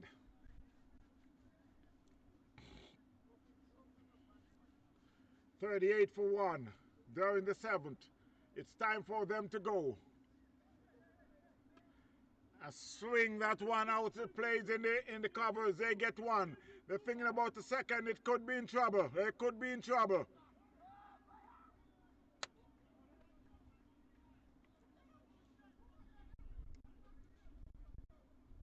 Well, Shabby was close to be just about 75% perfect, but that 25% let the batsman home because he dropped the ball. The score is 40 for 1. PITON's Vipers. Peter.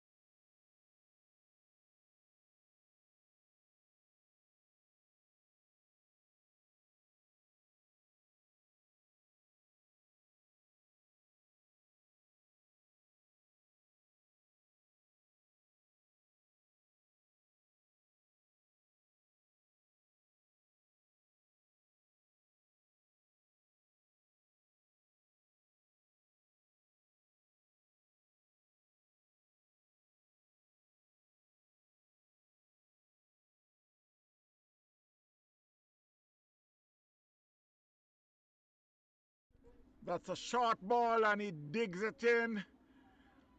The umpire signals are wide. Well, he's suggesting that that's one in the over.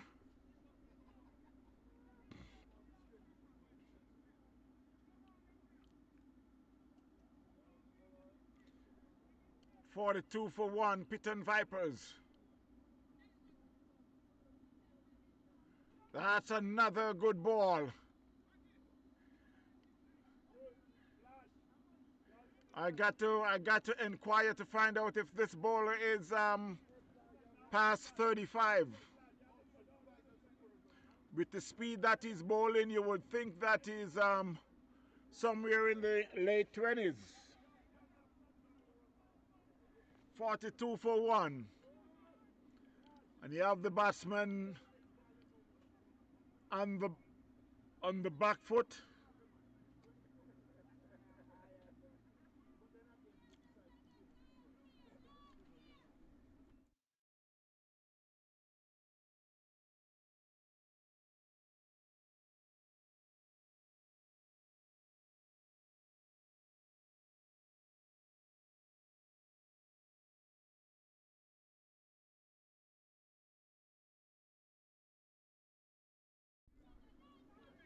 That should be a leg by, signal by the umpire.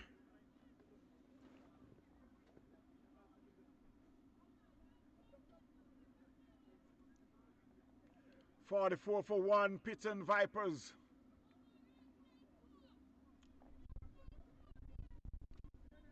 Omar is the bowler.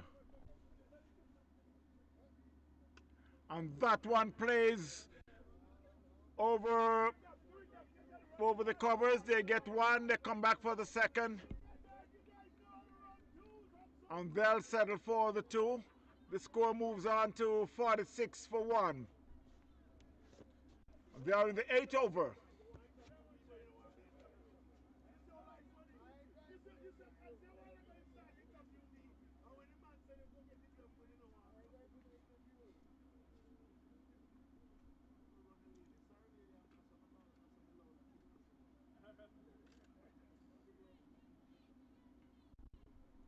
Another good ball, and the batsman plays it back to the bowler. Just a little on the offside, and it's the end of the over. The score is 46-1. PITON Vipers still needing another 137 more runs in 12 overs with 9 wickets in hand. Joseph is on 5. Elliott is on 2. The bowler is Omar. He now bowled 4 overs for 23 runs with no wicket. 46-1, PITON Vipers chasing 176 for 2, made by Winners Edition.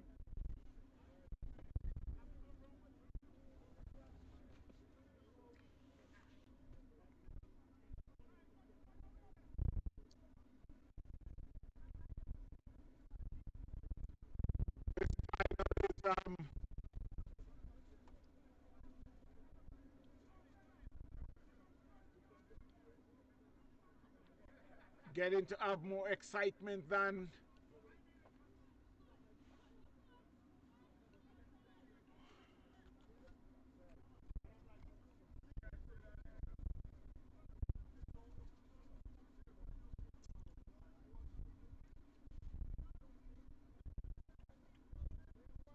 so it's a change of bowling. It's Terry Mills. Terry Mills will be taking over from the train track end. Seems like you're having a little issue, but I guess it's solved.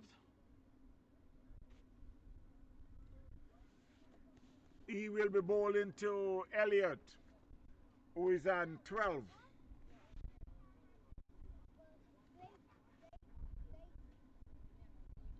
And it's short. Batsman swings and misses. It beats the keeper. The cross for 1. Umpire signals the bye.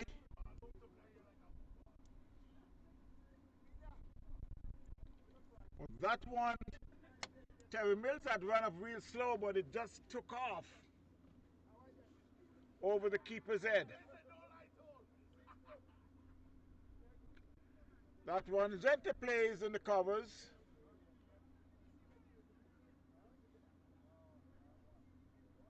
For a single.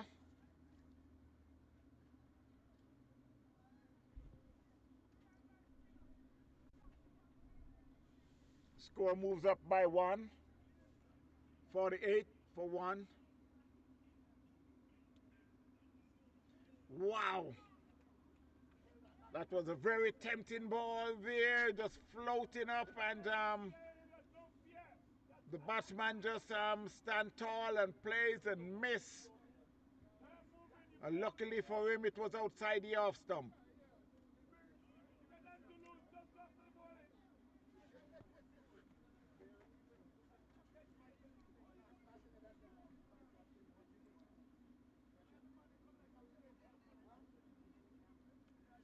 And that one he plays, he could be out caught. No one is there. It falls into no man's land, but they'll cross for a single.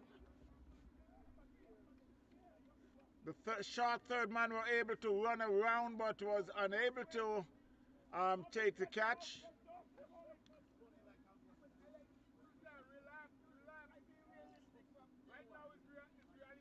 Score moves on by 1, 41, 49 for 1. PITON Vipers. Elliott and 12. Joseph and 6. And that one was hit back over the bowler's head for 6. The first 6 of the inning. The score moves on to 55 for 1.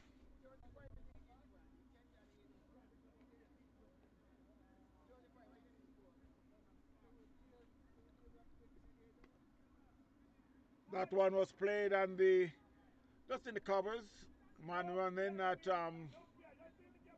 cover point to do the fielding. At the end of the first over from Terry Mills. None for 9. Joseph.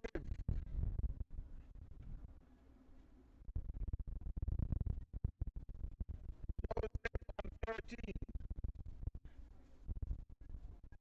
Elliott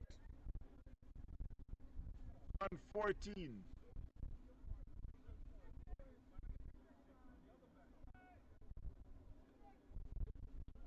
It seems that Elliott is in 14. They're both in 14 or they're both in 13. They're both in 13. Corrections. So it will be a new bowler from the southern end.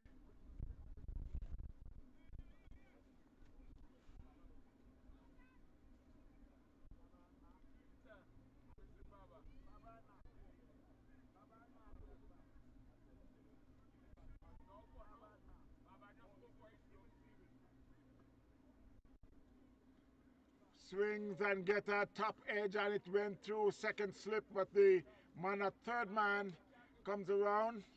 They cross for a single. The score moves up by 1 to 57 for 1.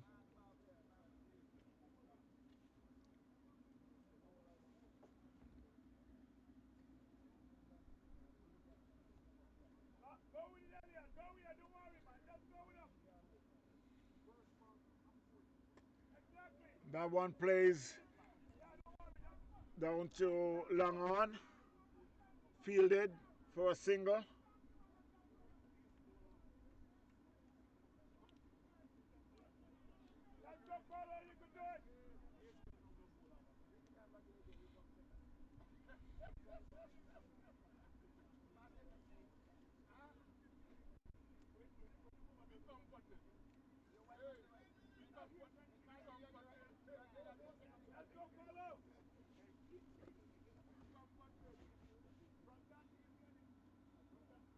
Wow, the swings at that one, and he could have a run out, and he missed it.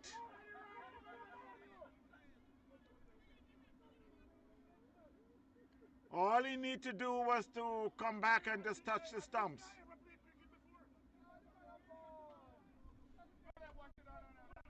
58 for one.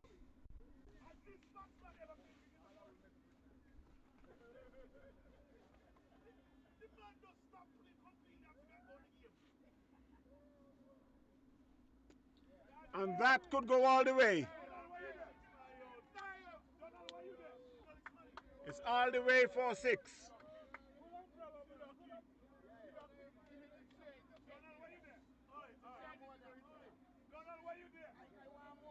So Joseph decided he's gonna get on with it. He moves on to 20.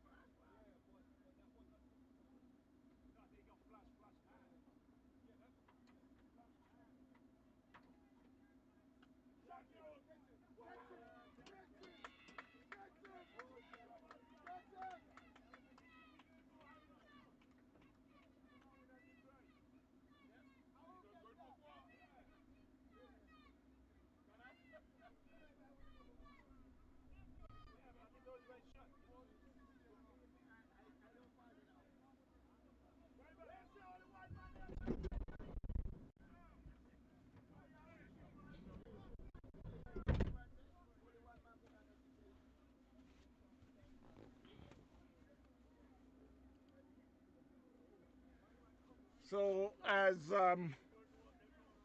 Pitons had lost their second wicket,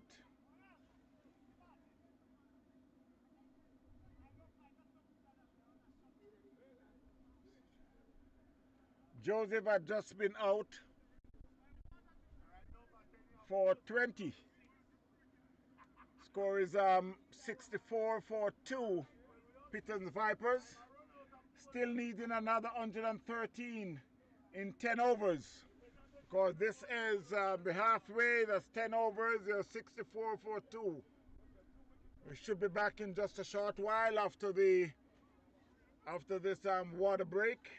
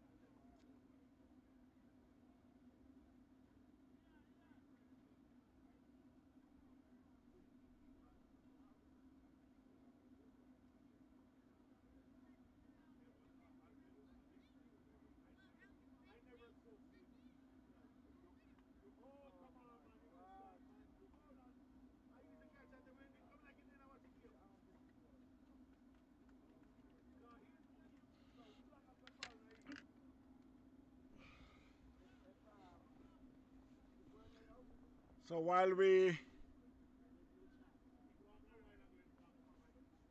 continue after the water break, resume after the water break, is Terry Mills, who continue from the railroad end. 64-42 PITON's Vipers. The new batsman is Bonnell Andrew.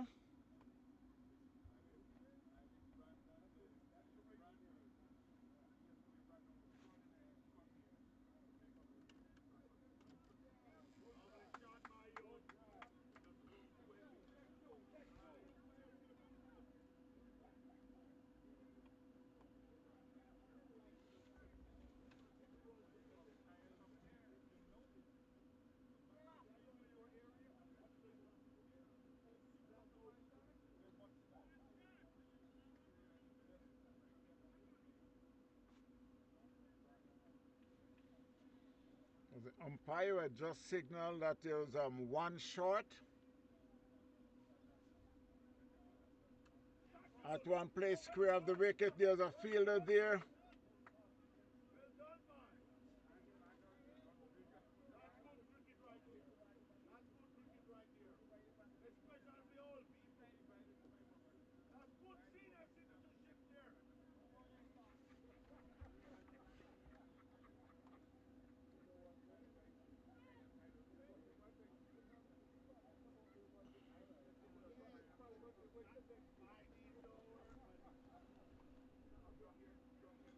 That one plays down to Findlay. They get one. They're coming back for the second. I know they're thinking about the third. And they will get it.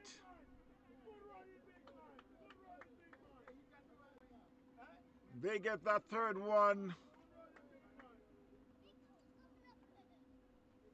So Bonnell is now on strike. So they got three. The score is 70-2.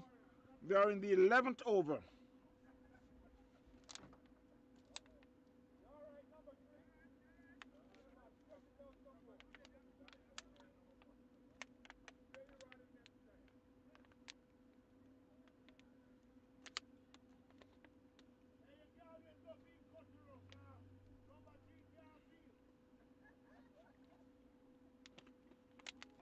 That one was hit hard and high.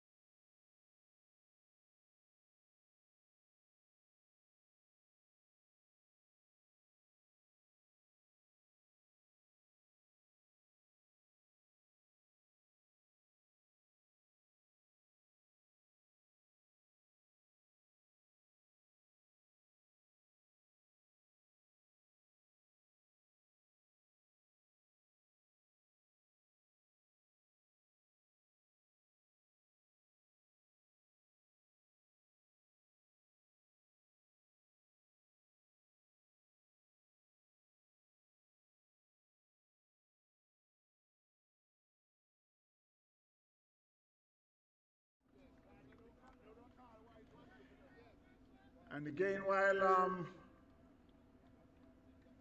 it's the end of the 13th over, the score is 83.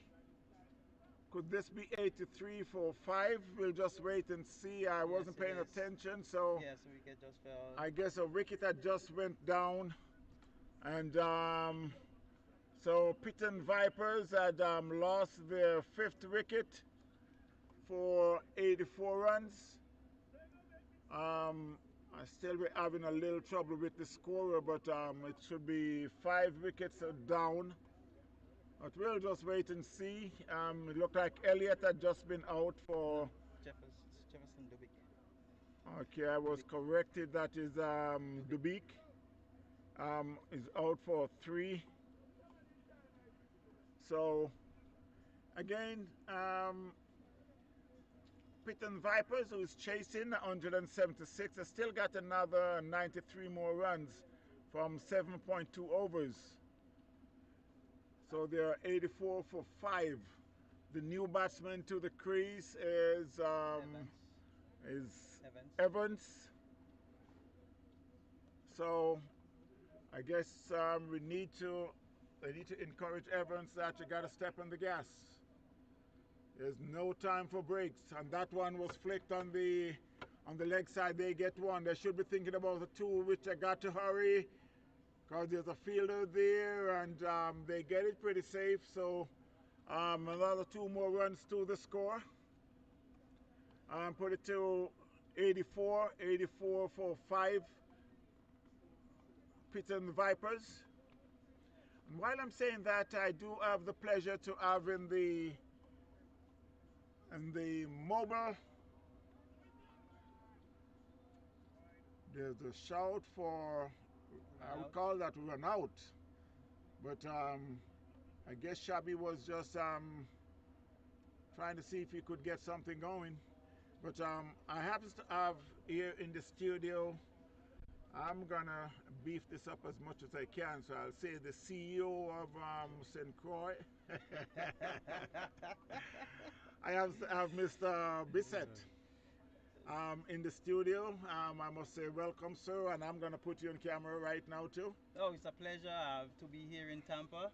I mean, I met you in St. Croix when you know, we hosted the PITON Vipers first annual tournament. It was a pleasure having you and speaking with you at depth. I mean, here we are today in Tampa. It looks like here in the finals we've been outplayed by winners edition. But, you know, cricket is a funny game, and the game is not over until the last ball is bowled. That's right. So far, we've been losing a few wickets here and there, but hopefully with skipper Evans and vice captain Elliott in the wicket, hopefully we could get something going and probably get us as close as possible to the total. You see, I could remember last year when it looks like Desmond Lewis Masters was going to walk home with the game. All of a sudden is that PITON Vipers come back and just grab it right out of the jaws of Desmond Lewis Masters. So it's not over until it's over. I know you guys always play good cricket, and you don't say over until it's over. And so you got 2 guys at the crease at the moment that I know still can do it, and they never give up. They're going to continue to fight. Well, basically, we were lacking like 4 of our key players from last year who actually got us over the line. We have the MVP of the tournament, which was Nathan Justin, better known as Baba, which was everybody was chanting at the time, and he really got us over the line. We have the skipper Charles, who is not here at the moment. We had Huggins, who also represented the Virgin Islands back then. And, you know, but circumstances, they weren't able to be here with us today. But, you know, it is what it is. As long as you're in uniform and you have 11, you have PITON Vipers. And, you know, the good thing about it, this is Masters cricket.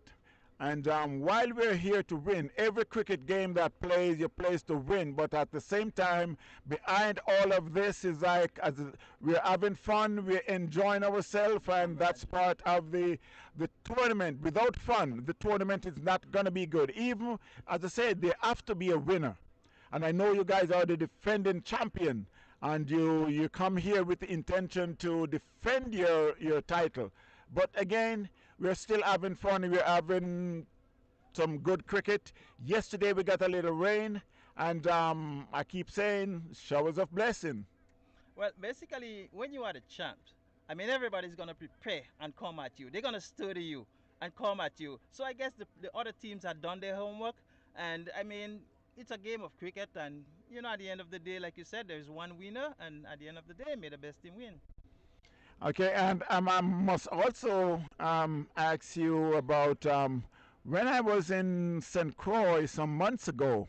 I know you were a player, but you was more than a player. It's like, what position do you play back home with the cricket that is going on there? Actually, I hold multiple positions. I used to be the treasurer of Twin City Cricket Association. I used to be the treasurer of PITON Vipers. I'm presently still the treasurer of Virgin Islands Cricket Board. Um, Last year for the tournament, I was basically the coordinator, sports coordinator for the tournament. You know, putting such a tournament like this together, it took a lot of hard work, and we're also looking for the second annual Easter tournament coming up pretty soon. And I know you guys play a lot of cricket there, and I could tell. And of course, it's a cricketing country. But I could tell how much you guys enjoy the cricket when I was there a couple months ago, because we did get quite a bit of rain, and that did not stop the crowd from coming out to enjoy a good weekend of cricket. Yes, for sure, and that's the excitement. Everybody wants cricket, cricket, cricket, cricket. Sun or rain, whether you could ball one ball or two balls, the fans gonna come out. Especially with the standard of the tournament we had, seeing in person individuals like Taylor, Stephen Taylor, individuals you have only seen on TV, and to have this guy in person.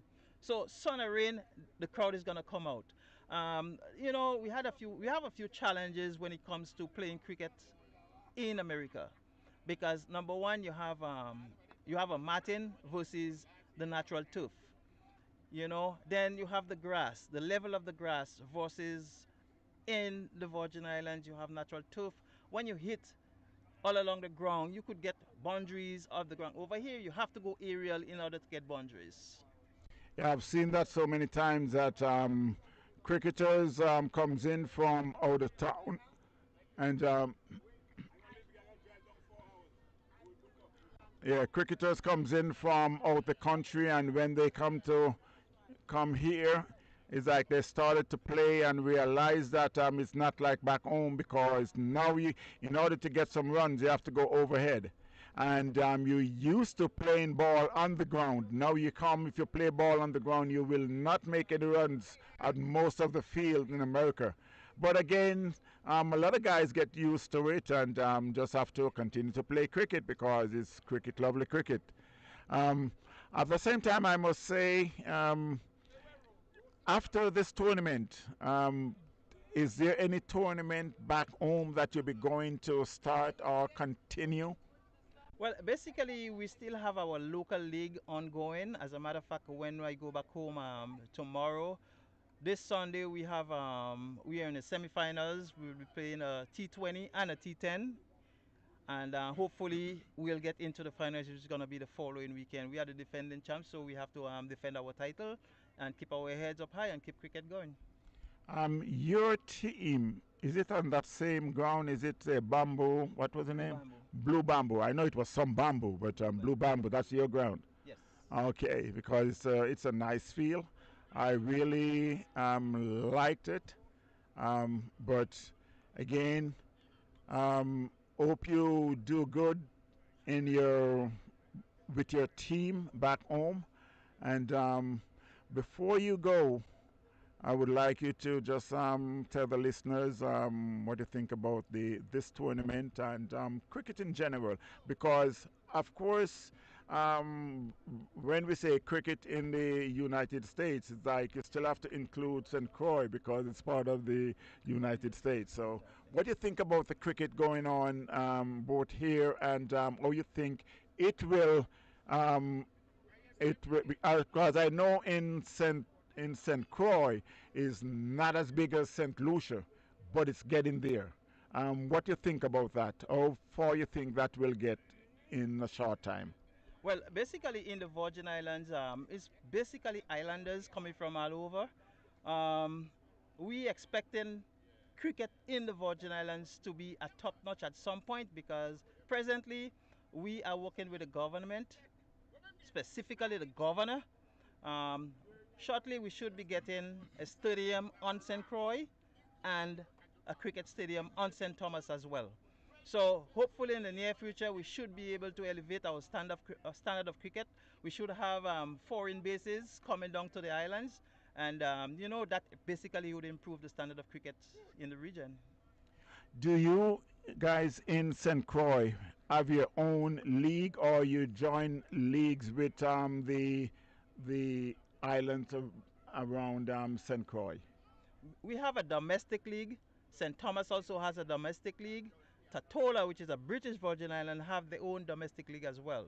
When it comes to the regional cricket, we have a combined well, let me take this back. We have a combined Virgin Islands team, which comprises of St. Croix, St. Thomas, and British Virgin Islands.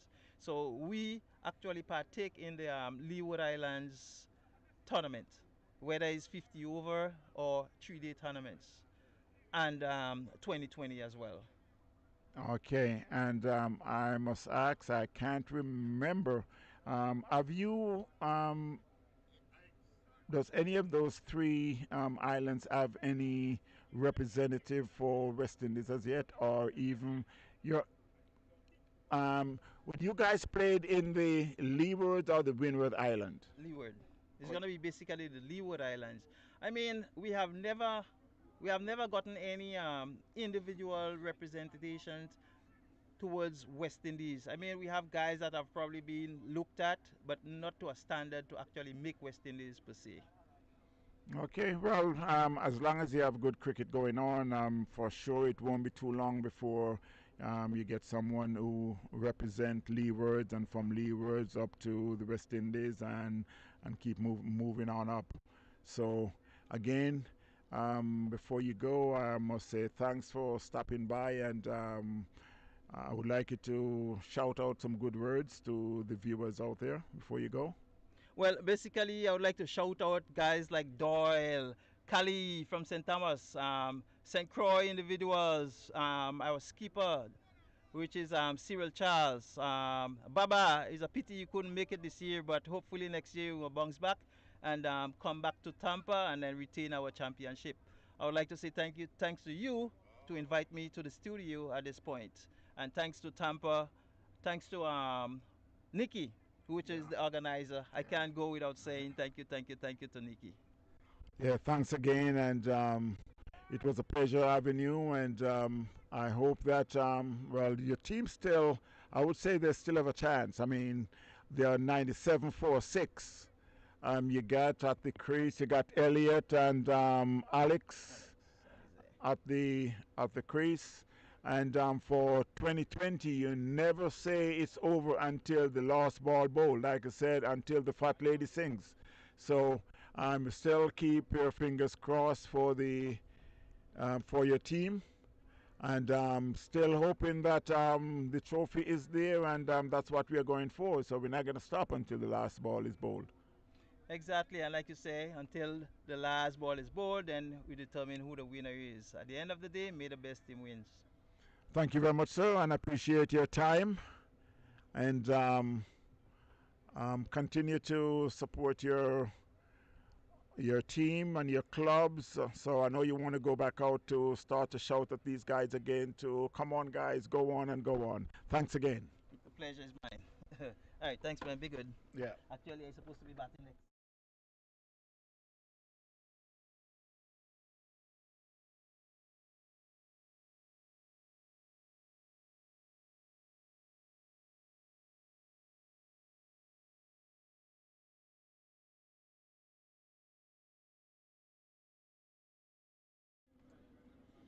So that was beset, and he just reminded me that he should be padding up now because he'll be batting next. I thought he had batted already. I really forget that he haven't batted yet, but it was okay. He just ran out and decided to go get his pads on. The score at the moment is 100 for 6. And it's the end of the 16th over. PITON Vipers, they still got another 77 more runs from 4 overs.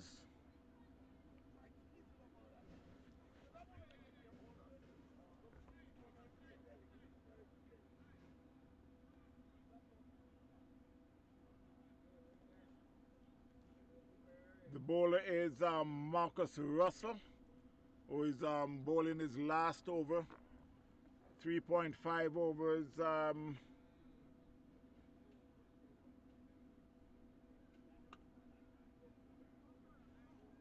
No, that seems like it's Cliff McLean. They had just refreshed the scoreboard. That's Cliff McLean. He's bowling the 16th over.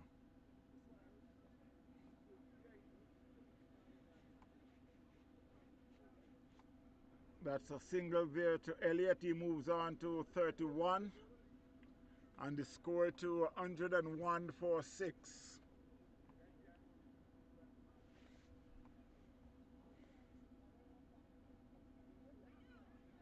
A swing and a miss.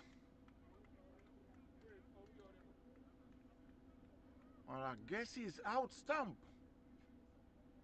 Yes, he's out stump by Shabby.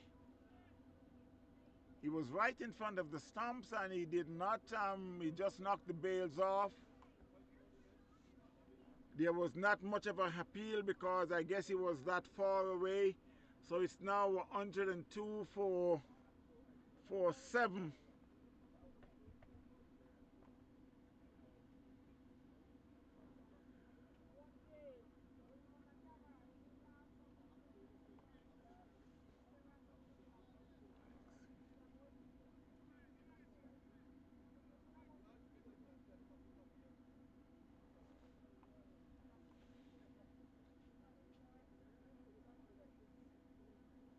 102 for 7, 16.2 overs.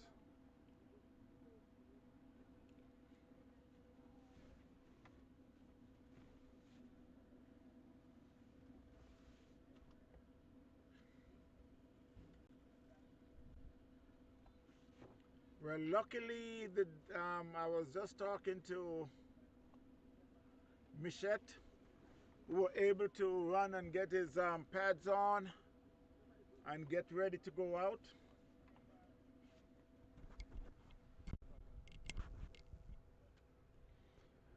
Swing down the leg.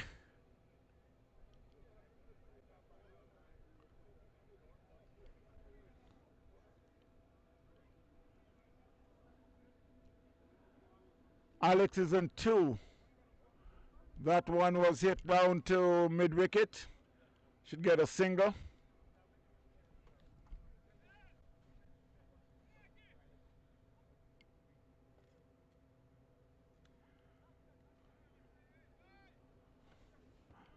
McLean, who is bowling his first over.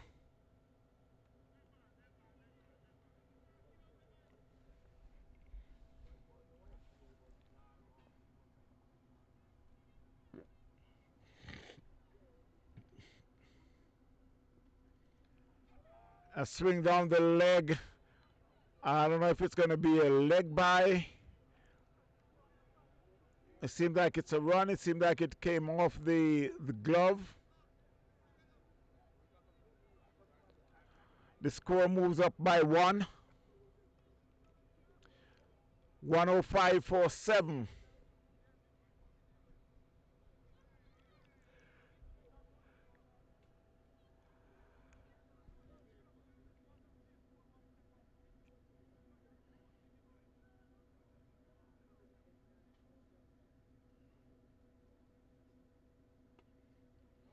And he's out caught. Out caught by Terry Mills.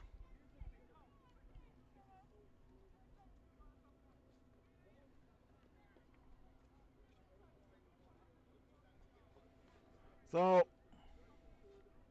Michette had just been out caught.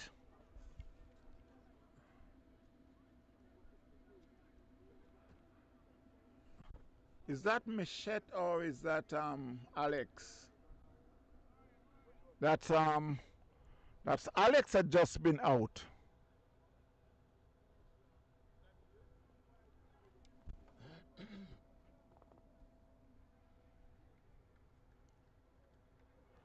So while the score is 107 for 8.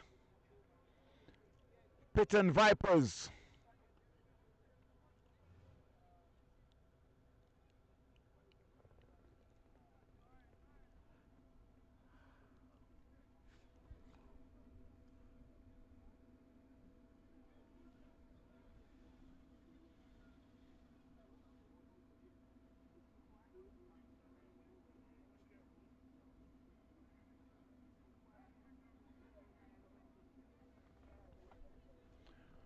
At the crease is Michael, the new batter.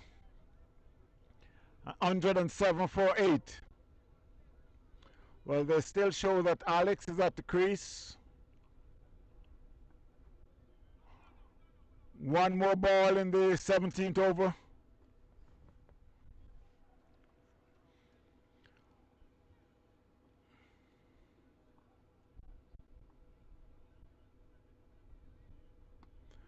And that was hit to mid-wicket. They take a single.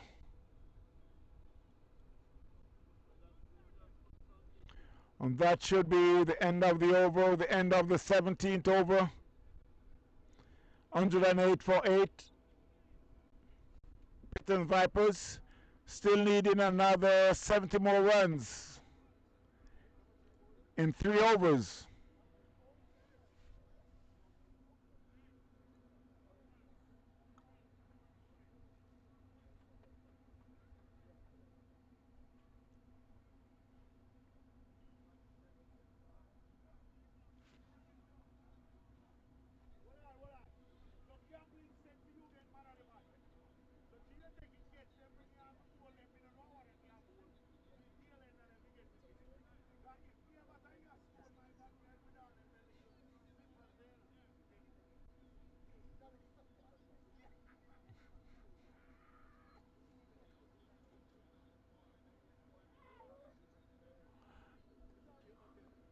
So the new bowler from the southern end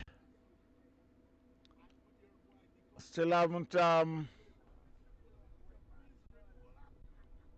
changed from the score as yet, but the score is 108 for 8.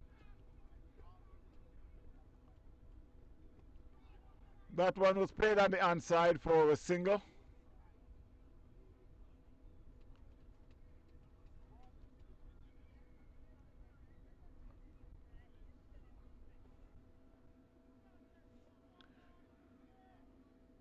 Of the new bowler is still, I'm still waiting to see.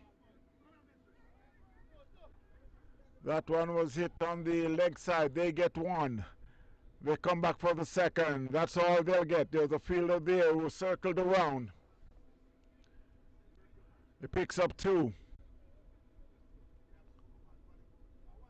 Score moves to Nelson, 1-1-1. Ivor Henry.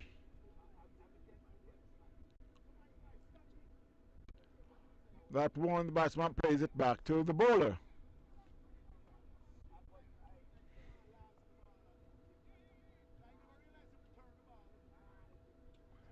Michael Bissett. That's when he played it in the covers. There's a fielder there and he shies and he's run out. What a field there by, who is that fielder? That was some good fielding there, of course. So it's a run out.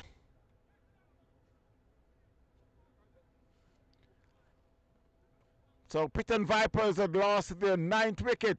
Wright and Nelson 1-1-1. 111 for 9.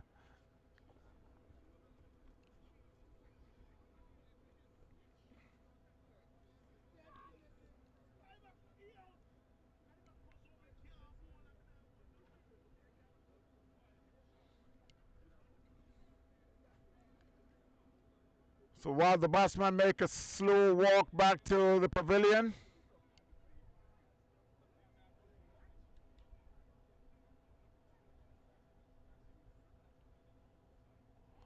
Ricardo is the new batter. Ricardo Noel.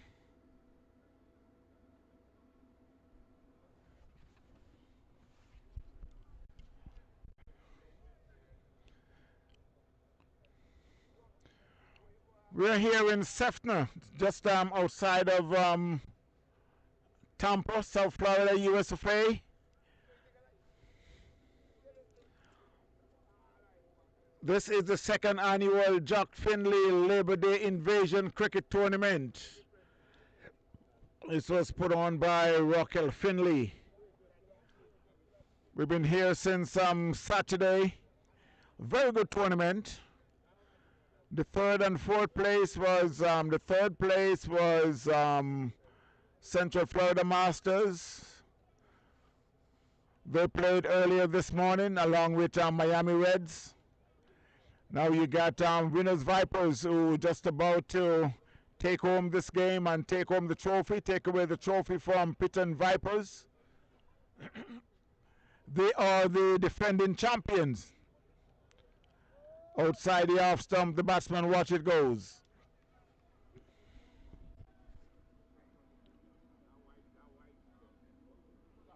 The bowler is Clark. And it's the end of the, is it the end of the 17th over? I'm not sure what is happening there. I guess the keeper decided to give someone else the gloves. I don't know if he planned to bowl. It seemed like he's going to take the ball. So Shabby going to take the ball. We're going to have a new keeper. 1-1-1 for 9. Ivor Enway would say you're standing on 3 legs. And if you look at the score, that's what it signifies.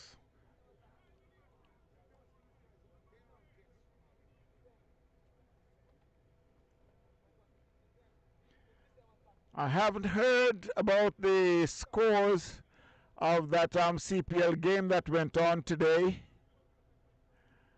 I understand, I must say, happy independence to all the Trinidadians, Trinidad and Tobago. Happy independence to you.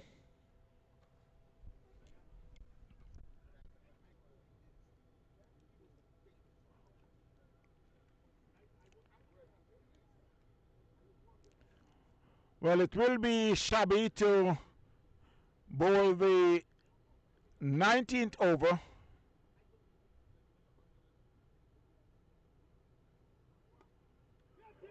And that one was played back to Shabby and he missed it. It was hit hard, but it should be a catch. A player of his caliber should have taken that one. But it just put the score up by 1. 112 for 9. Piton's Vipers. That one plays on the onside. Terry was thinking about to run out, but the batter came back real fast. 112 for 9. Shabby in and he bowls. And the batsman tried to play that on the offside but misses.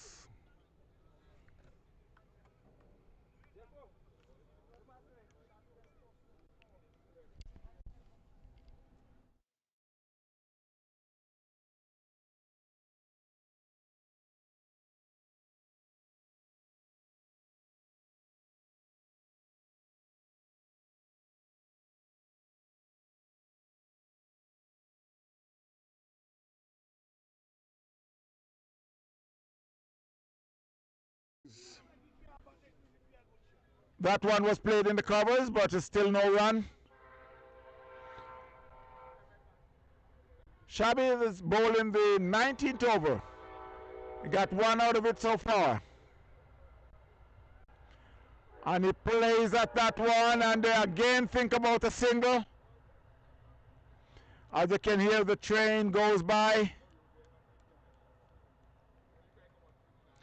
So it's the end of the 19th over. And I must ask Shabby if he was bowling leg breaks or off breaks. I know he came over with like a back of the hand, but I'm not sure because he always keeps. So I need to ask him what he was. I'm not going to say what he was trying to bowl. I'm going to say what he was bowling. I'm not sure he's going to tell me that he was bowling leg breaks or maybe he was bowling floaters. Or who to tell you, may just tell me that he was bowling a white leather ball. 112 for 9. We're having fun. This is the final.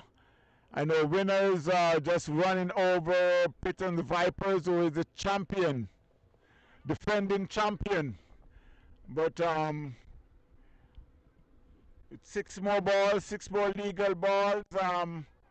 Winners edition will be taking that championship away from them, the trophy. Let's see, the new bowler is, wow, is this Mark Pinnock? How many wides is he going to bowl? That first ball was hit square of the wicket on the onside. There's a fielder there, so it's no run. I asked how much wide he going to bowl because I've seen him bowl several times, and okay, I'm going to keep it as a secret because I know that Callis is listening. And Tugman is listening, Goodlit is listening, and of course he's bowling some good ball. That's 2 good balls there, no run. The batsman seems to can't get him away. Goodlit, how you doing? Callis, Tugman, how you doing? Big up yourself every time. And that could be a no ball, but it was hit down and it could run into the fence for 4.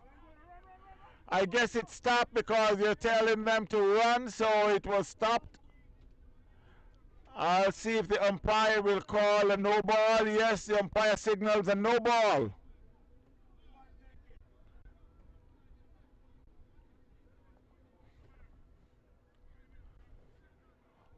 So I could say that Mark Pinnock, I was hoping that he would bowl at least 6 legal balls, but he decided not to.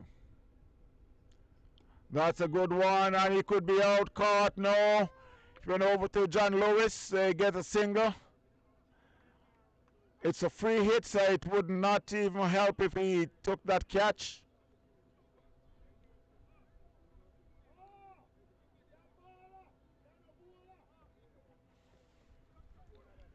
So the score moves up by 1 to 115 for 9. And this is the last over. Down the leg.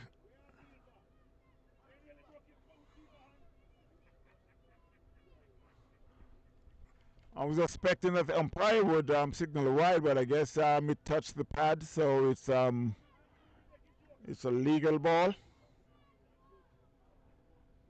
With 2 balls to go. And that one will hit hard, and and it should go all the way. Yes, it's going all the way for 4.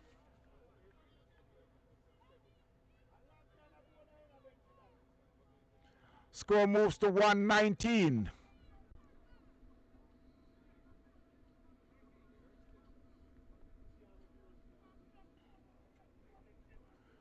$119 for 9. PITON's Vipers. With 1 ball to go. Or is it 2 balls to go? Yeah, 1 ball to go.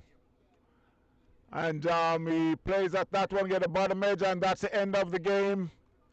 119 for 9 in 20 overs. So the champion is winners edition. Again, I must thank everyone. We're going to do a presentation, so I got to get over there. So stay tuned, my friends. I'm going to close off and then get back for the presentation. Or should I just keep it live? I will keep it live, but no, let me close it because the camera is going to go out. So until then, we'll see you over by the presentation. Once again, thanks for keeping everything really nice. It's a beautiful day for cricket, and we enjoy you all, the listeners and the viewers. So until then, my friends, I will meet you over on the other side. Stay tuned.